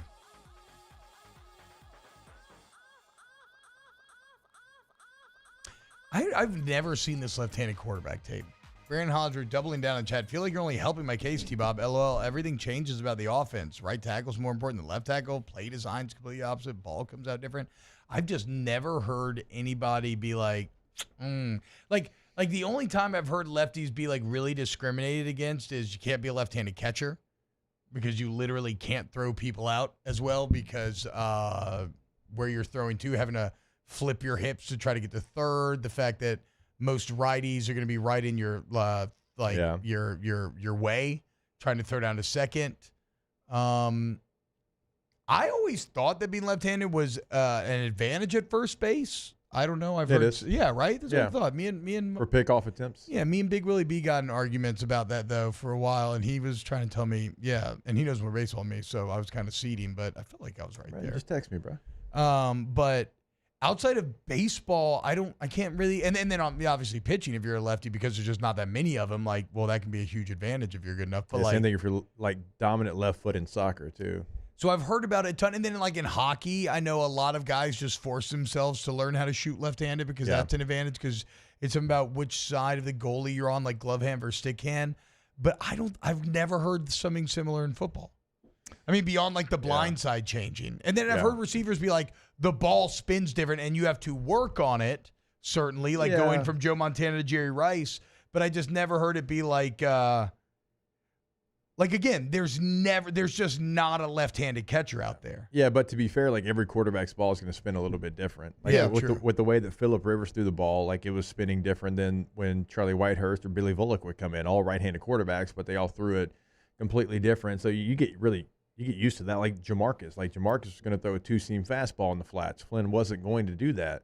So it was a different way for them to even throw like the same route. So if you like Michael Penix, the one thing is you better be sure you've got a really good right tackle. But outside of that, any good coach is going to come up with a game plan for any handed quarterback. But even nowadays, don't they just put the best pass rusher on the worst tackle anyway? Yes. Like a lot of your best rushers are on the right tackle. Yeah, that's what I'm saying. Like it's not even like the days of the blind side. I feel like blind side means less than it used to in football because I don't know if it's because guys are getting the ball out quicker or whatever it is. But it's not like how it was when we were growing up. Well, and the whole pass route thing, like he's right, but he's also not. Like, yes, it changes the pass routes, but it doesn't change the route concept. It's like instead of having a corner run into the right corner of the end zone with a post to the left, flip it. The corner's running to the left end zone. You got a post coming behind him on the right. It's not any different. You're just flipping your routes. And let's be honest, if you're a receiver, you should be able to flip flop anyways. So it actually doesn't change as much as you think. Self-awareness says ancient Mesopotamians, Egyptian, Greeks, and Romans were all biased against left-handers. They used the right hand for blessings and showing favor and set aside the left for cursing and inflicting punishment. Kind of makes sense, right? You're not seated at the left hand of God. You're seated at the right hand. Right hand. So, it's your right hand man. Yeah. Not your left hand man. Brandon does come back and says more about the injuries and age. The age is No, I agree. Like, I would say the injuries is the thing you have to make peace with. Age, I don't mind. Age doesn't matter. I mean, look, if you play 10 years and you end up being 35 years old, you had a hell of a career. The injuries, it's the same ACL being torn twice. That if I had the red flag, that's what the biggest I agree. red flag would be. Because I just watched a quarterback in the Superdome go against a really good front. Now, the secondary of Texas, that's nothing to write home about, but the front of Texas and the way Murphy was getting interior pressure, but it did not matter because Michael Penix was going to find a window to not only get rid of the football, but to push the ball down the field still. He manipulated the pocket incredibly well. He could not have run it down there and placed some of these footballs in some of the spots that he hit. I mean, pushing the ball down the field, it's not the most orthodox throwing style, but again, like that just does not matter. Perfect example. How many balls did Washington get batted down at the line of scrimmage, right? Yeah. Don't remember those, do you? No. 5 for Quinn Ewers, who's got like we've been told Quinn Ewers has the perfect throwing motion. 5 balls Quinn batted Ewers' down. balls look phrasing. When Quinn Ewers throws the ball, I almost get like an ASMR reaction. It is so silky smooth. It's got a buttery feel to it. Penix has, I think, a little more edge and sharpness and a little more danger to it, and I think Ewers probably needs to find a little bit more of that. And Penix's ability to place the ball is ridiculous. But yeah, Penix throws a beautiful ball, but to Jake's point, got knocked down a ton. Also, for that front seven to have 0 sacks, granted, a lot of that was the offensive line, but the reason why there's only been 11 sacks in the year is because Penix is incredible at avoiding the rush. And I'm going to be very interested for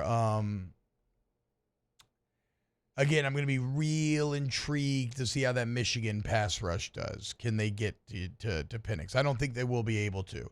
I think the reason why they got to Alabama so much was because that Michigan pass rush was so well designed and so disciplined, and they were confusing Jalen Milroe in his reads, that they could consistently put 5 into the rush, but guys are rushing down the middle. They were looping around interior guys after they would kind of funnel Penix into somebody who was funnel Milroe into guys who are looping around, worked perfectly against him. I think if you would try something similar against Milroe, he'd make you pay. Because if you're going to go one-on-one with those receivers, he's just going to take shots and make you earn it. And he's going to place the ball perfectly. And Michigan has not faced anybody like Washington's offense. No, I mean, I'm trying to think of a comp. No. I mean, Ohio State's been explosive, but not this year, not like they have been in the past. And in the Big Ten, I don't know that there's even remotely. And the thing about Ohio State is Marvin Harrison went off. You know what I'm saying? Yeah. Marvin Harrison ended up with what? Like over 100 yards. Yeah. Like, well, you got 2.5 Marvin Harrisons to worry about with Washington. Maybe closer to 3. Rome Odunze was a better receiver this year than Marvin Harrison Jr. Yeah, and McMillan's awesome, and Polk's awesome. Yeah. And even the tight end, Westover, who gets no love, is pretty damn good. He was really good in this game. Bernard, the 4th receiver, right? He had, 40-plus yards in this game. That's the thing about Washington is you can take away whatever they do well. You can try to. Like, Texas came in with a game plan early in the game. They said, Rome Odunze is not going to beat us. He is not going to be the guy that beats us. And it was other guys stepping up. No matter who it was 4 different guys stepping up. And then what did they do? Because they're coaching incredibly well, Kalen DeBoer made an adjustment to free up Rome Odunze. Yeah. He ends up the leading receiver for your team in that game. So Washington tried everything. They would show quarters and they'd roll it to 3. They'd show quarters and they'd roll it to 1. They were trying everything they could. And they were doing it at the college level. It's hard to disguise because you panic and you show it so early. It's like, why'd you even try that? Yes. Texas was doing a really good job of holding it to the last minute. Really? But the thing was, when they were rolling from 4 to 1, Washington's receivers are so good that by the time they were trying to man them up, it was too late. So they were trying to do what you should do, show it late. But Washington's receivers, when you weren't pressing them and you were trying to disguise that man look, they were getting open because they're one of the best groups in the country. And it can be 3 guys, right? It's not just Rome Odunze. Now, that was who they said we're going to stop. But then when Polk and McMillan start to step up, certainly Polk, well, what do you take away then? Well, and then to your point, Penix is going to place – he's not going to be scared even if they're blanketed. Like, he's going to make you earn it as a DB. He's going to make you go battle those guys for the ball, and he's going to place it in an area where you are not going to have much of a chance at winning that battle. Am I talking myself back into Washington? I mean, I was on Washington I'm on first. Washington. I think I'm on Washington as well. Go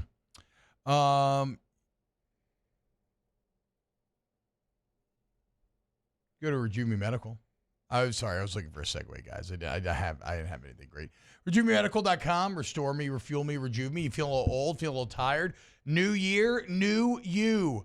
Forget about a New Year resolution. How about you just become your better, younger self once again? If you're having like mood and memory problems, facial aging, menopause, andropause, anything like that, you go to Rejuve Medical. I don't care if you're male, female, 20, 30, 40, 50, okay? 6, 7, 8, 9. Aging happens to us all at different rates, and yet we don't treat it. So fight the untreated effects of aging with Rejuve. Maybe it's HRT, maybe not, maybe semaglutide, maybe just B vitamin shots. The point is you go in there, you get your labs done, free consultation, and they let you know, okay, here's where your body's deficient. Here's what it needs. You also get a general health check, right? Like they've actually saved lives in these consultations. RejuveMeMedical.com, Baton Rouge, Metairie, Slidell, Shreveport as well, Rejuve Me Medical. Go check them out. What's Washington right now? Is it -4.5? That's what it opened up at, yeah. I mean, I ain't messing with points. I'm looking for money lines, man, if I play it. Yeah, you ain't taking points in this one. Whichever way you go. Yeah. I don't know if it gets into a track meet that Michigan can keep up. And I haven't seen anything from Washington lately down the stretch. I know that Michigan's going to go back and they're going to watch the Arizona State game. They're going to watch some of those games that Washington struggled. But I also say this, when you win 21 straight games, you're going to have some clunkers. You're going to have an ugly game that you have to find a way. And they did. They had them. They found a way.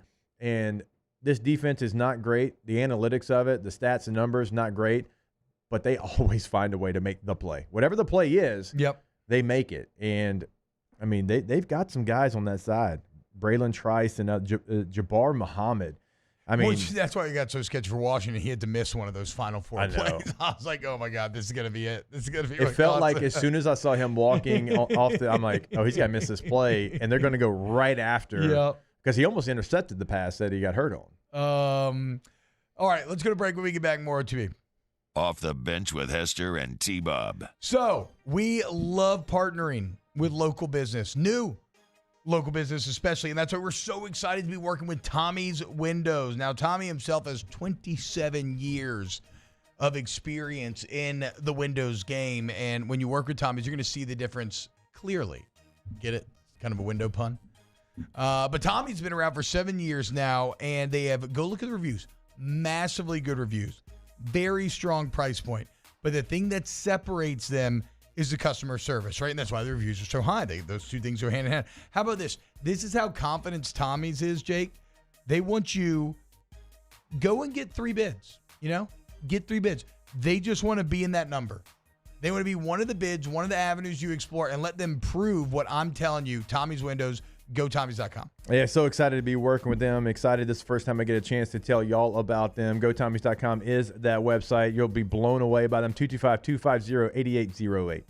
Our listeners fire off their opinions on the jimsfirearms.net hotline at 499-1045. Keep listening for your next chance to shoot us your thoughts with the jimsfirearms.net hotline on 1045 ESPN Baton Rouge.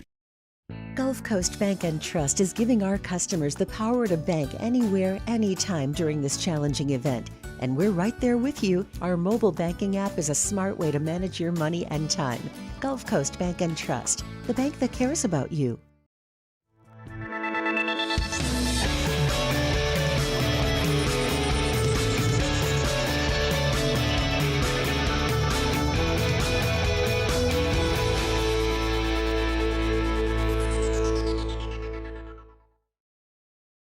The Windsor Senior Living Community in Mandeville, Louisiana is a beautiful, vibrant apartment community geared towards seniors. They are nestled right in the heart of Mandeville, where seniors live a more carefree lifestyle in spacious apartments with the peace of mind that comes from having a little extra help. Call the Windsor at 985-624-8040 to schedule a lunch and tour. Come see how the Windsor can be your passport to peace of mind. Dylan Cruz here to tell you about Six Rings Baseball and Softball Camp. If you live on the North Shore and play ball, go to Six Rings Camps with former LSU assistant coach Dan Canaveri. His knowledge is second to none, and your child will improve and have fun doing it. Camps were held at Coquille Park and Six Rings Academy in Covington with 4 sessions over the summer. Full day and morning only sessions are available from ages 7 to 13. Go to sixringsbaseball.com or call 985-206-9096. Learn the game to love the game. There it is, the extra mile, on the border of expected and extraordinary, for those willing to go further, like vans customized for work or play, with safety and tech to keep you connected, supported by a 5-star sales, service, and finance team, and backed by the 1-star you know. So go the extra mile. It's never crowded, because so few have what it takes to go there. Mercedes-Benz Vans.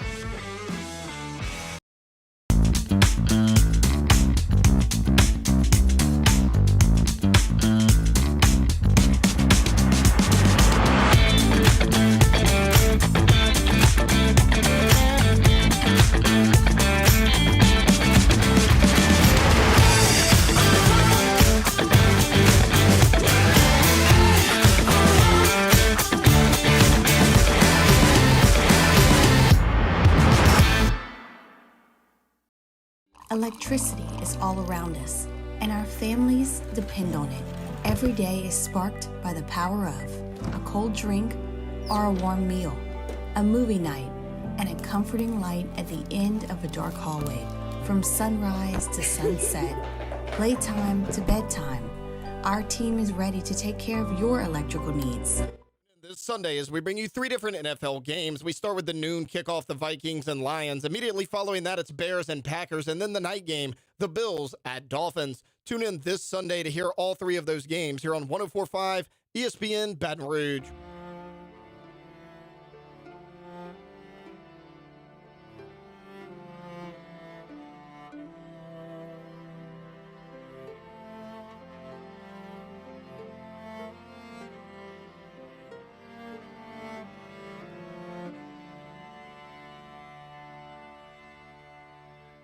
So we spoke, and so we spoke.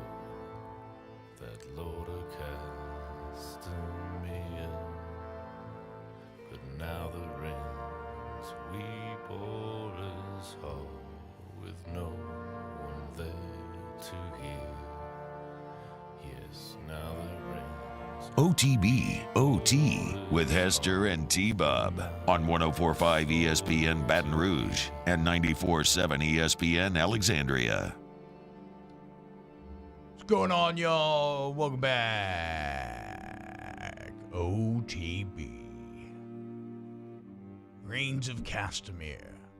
Sinister Song. Y'all know what this is from? Game of Thrones. Yeah, I know what it's from. It's from the OTB what music? It's the first time I've ever heard it. Okay. You never watched any Game of Thrones? Nope. Oh, interesting.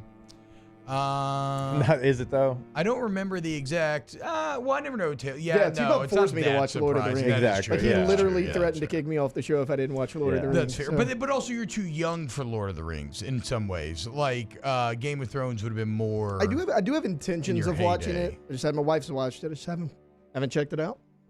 But yeah, this is kind of this is what Walder Frey starts to play at the Red Wedding. I thought of Lord of the Rings when the greatest song started episode playing. maybe of TV. Yeah. Ever. Right. A lot of bloodshed then on that day. A lot more than that Sweeney day. Todd. Kind of on out Broadway. of nowhere, too. Yeah. Huh. Yeah. And a Starbucks cup too was wasn't it in was it that was in the episode? final season. No, that was in the final season. That was not in the glorious Yeah. third season of Game of Thrones. What were you saying, Taylor Signia? So this makes me think of like Lord of the Rings, like something like that. Like I was telling Mario, I was like, I don't know what this song's about, but it definitely makes me feel like something bad's going to happen. Yeah, I agree. I would Like agree. that's And the vibe the I point get. of the song. Speaking of feeling like something bad's about to happen, the soundtrack of Killers of the Flower Moon has a lot of that as well. So I watched all 3.5 hours yesterday. Fascinating story. Very slow ramp up, right? So you got it. Like, I remember about an hour in the movie, I was like, whoa, it's only been an hour? Like, it actually feels like it's been a little longer. But when it gets going, it gets going. And it is very well acted. I mean, a true all-star cast. I would definitely recommend it thoroughly. Now, you probably have to break it up like a TV show into a few different nights, and it would work like that as well.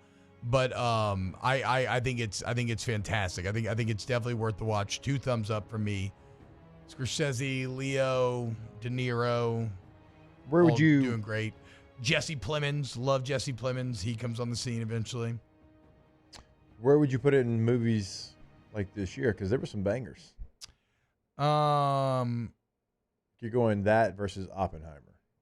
Who you choosing?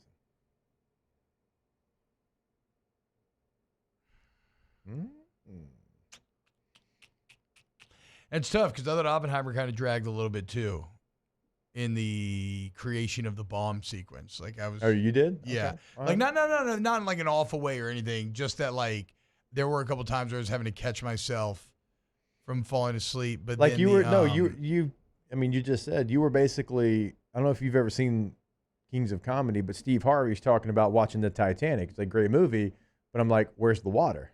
Like we know what happens. Like bring on the water. Well, it's like no, like I didn't need to see the.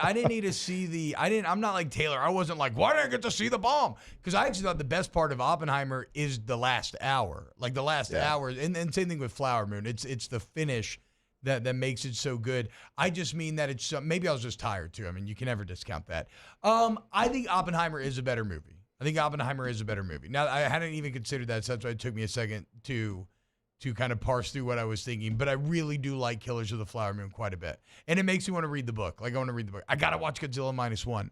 Everyone says that's Is fantastic. that available digitally, though? Because I'll watch that before Mission Impossible if it is. Well, no, you won't. Yeah, well. No, I knew you're never going to watch it. T-Bob, Flynn's was on all vacation 3 still. Just text me back. Benefits of being a business owner. You know? Was all 3.5 hours of this movie necessary? Yes. It was? I would say so. Like, or even though some would maybe say no, I like the fact, especially because it's a true story, that they put time into the build, that they put time in telling the more full story. I thought so, yeah. That's just always been my complaint with 3-hour movies. It's like I feel like there's always a lull somewhere. But like I loved Oppenheimer. Did you feel like Lord of the Rings was worth it? Now you watched the Lord of the extended Rings. edition. Lord of the Rings was because it was such a, like got a lot of big story to tell. storyline. Yeah, like there was so much detail to it. It was such a complex storyline that I felt like it was. But like a lot of movies, I just feel like we probably could have cut that in editing. Damn, Bo, if you like westerns and good country accents, Killers of the Flower Moon is say less. full of You left that out at the beginning. drippy, honey, delicious country accents. I mean, no, bro. Some of the all-time good They say country fella. I hope accents. they do, because, God, that's my favorite country I've word. never heard fella, but a lot of good. Say fella. Also, Power of the Dog, very good western that I saw this year that I can't recommend. Is that Benedict Cumberbatch? Yep. Yeah. And Jesse Plemons. One of the most fascinating movies I've ever seen where, just leave it at that. All right, when we get back. Bilbo, they can make World War II movies until the end of time, and documentaries, I'm going to watch every single one of them. Yeah, what do you mean? I mean, how many times can Hollywood squeeze a World War II bomb dropping tea? What do you mean? How many times can you break down the literal most dramatic events in human history? Like, I mean, And I know forever. I'm in for I'm in a infinity. mode where I'm watching like all of it, but I've always been like that. Like it's one of the most interesting things in all the countries that kind of, in Germany, and then here comes Italy, and here comes Japan against the Allied force. I mean, it will never not be interesting to me, because every time I feel like I learn something new. Yeah, like 1,000%, because you can't learn something enough new. because it's again the most dramatic thing that's ever happened in human history. I mean, it's not exaggeration. I mean, from the Midway to Dunkirk, just different. I mean, the Pacific. I mean, just different battles and different things that led to the end of what it was. Oh, by the way, y'all remember, got some great deals going down at AccuTemp this month. If you buy a new AC unit this January, Jake, you get a heater for free. Okay, that's called the little BOGO deal. Buy one, get one. And of course, AccuTemp BR, the best, all your AC, heat, and electrical needs. Go look at the online reviews, and the customer service at AccuTemp will blow your mind. Also, whole home generators. If you've been thinking about it, act now. $2,000 off on the whole home generators, and they have the service plans to make sure that when disaster does strike, you lose your power, whatever, your generator is good to go. AccuTempBR.com. Take advantage this January. AccuTempBR.com. All right, Ask the Bench coming up next. Off the Bench with Hester and T-Bob. In times of need, get a full list of phone numbers, websites, and other important emergency information on the Demco Stormwatch page at 1045ESPN.com. When it comes to ending cancer, we push forward, always working together for you. That's why our cancer experts at Ochsner have clinically integrated with MD Anderson Cancer Center. This means advanced cancer care, including access to life-saving clinical trials and integrating care to treat the whole you. Introducing Ochsner MD Anderson Cancer Center. Long live you. Hey, look what I found! The motivation I needed to live healthier. My new favorite sport. I found my groove. I found I'm part fish. My second win when I needed it most. I found more than a gym. The affordable childcare this mom needed. Time for myself. We found our why. Have you found yours?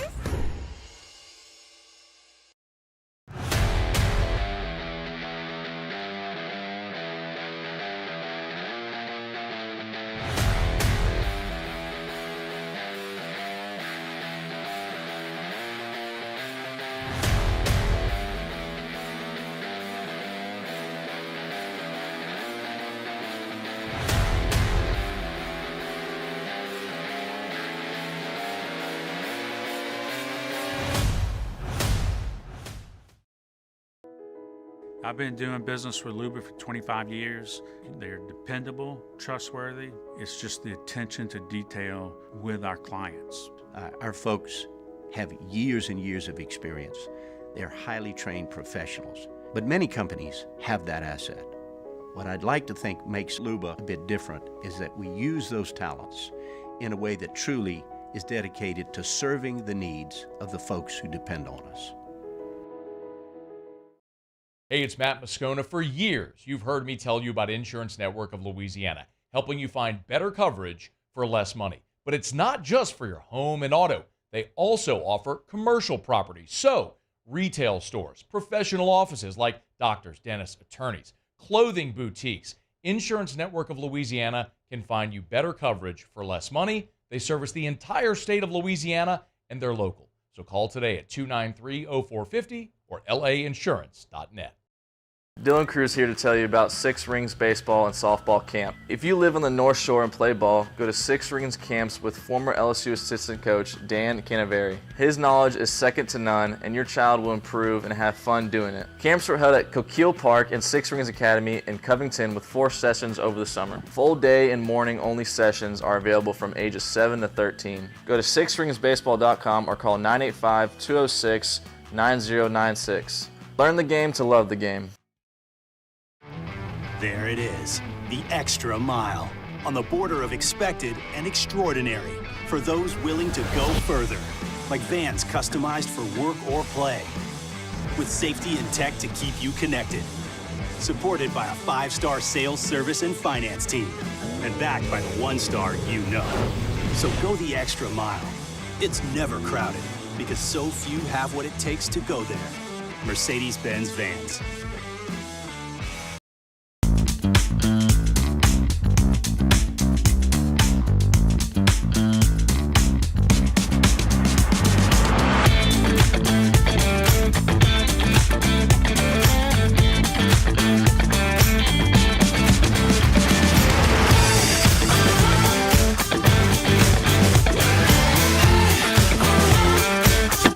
Join me for a Wednesday edition of the Hunt Palmer Show. Glenn West from Go 24/7 talking Tigers. JD Piquel of On 3 Sports, and a 1F Wednesday on Palmer Show 1 to 3 weekdays. 104.5 ESPN Baton Rouge.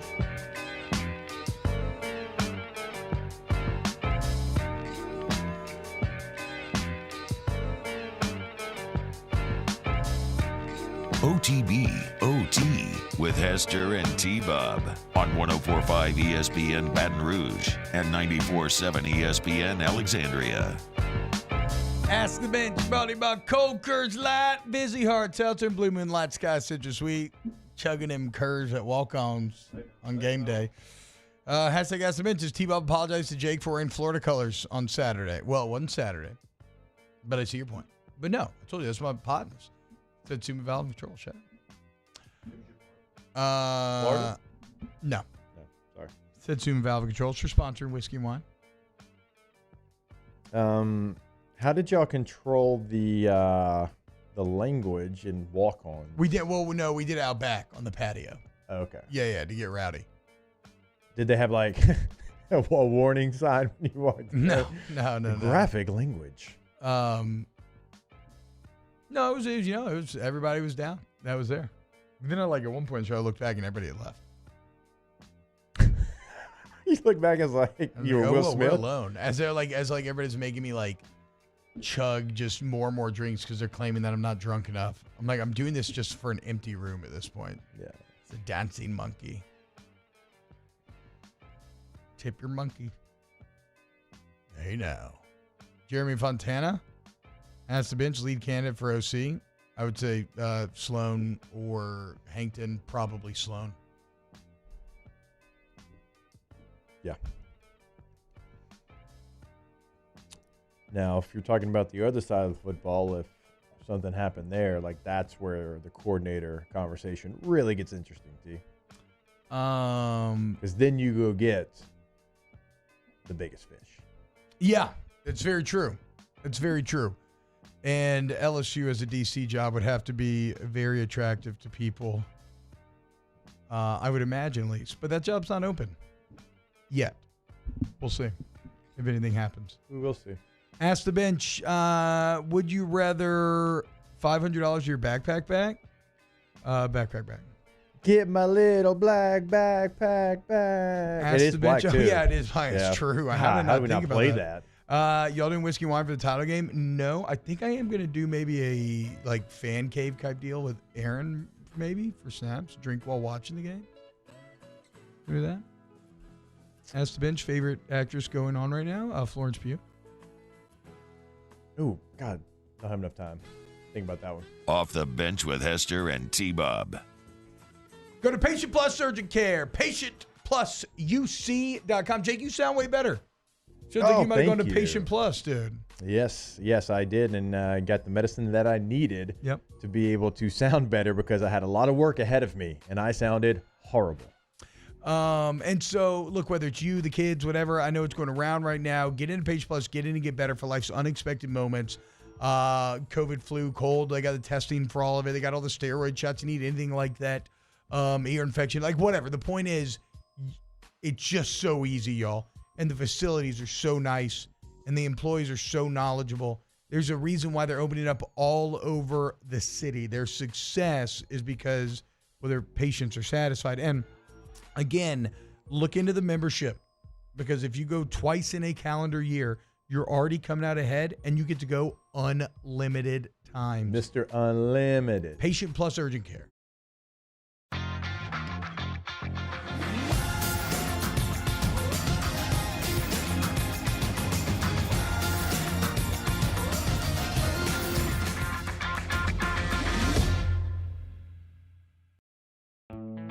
The importance of doing this fortified program and offering it to people down here is, number one, the only real chance you're going to get to do this is when you put on a new roof or build new. And through companies like HUDCO, who's kind of leading the way in this thing, it's going to offer the customers a huge advantage in the insurance market and the price of their insurance. You know, we're not looking to make a fortune off fortifying. We're trying to give you a better product than our competitor at the moment. I'm trying to do something that he can. I'm trying to give you something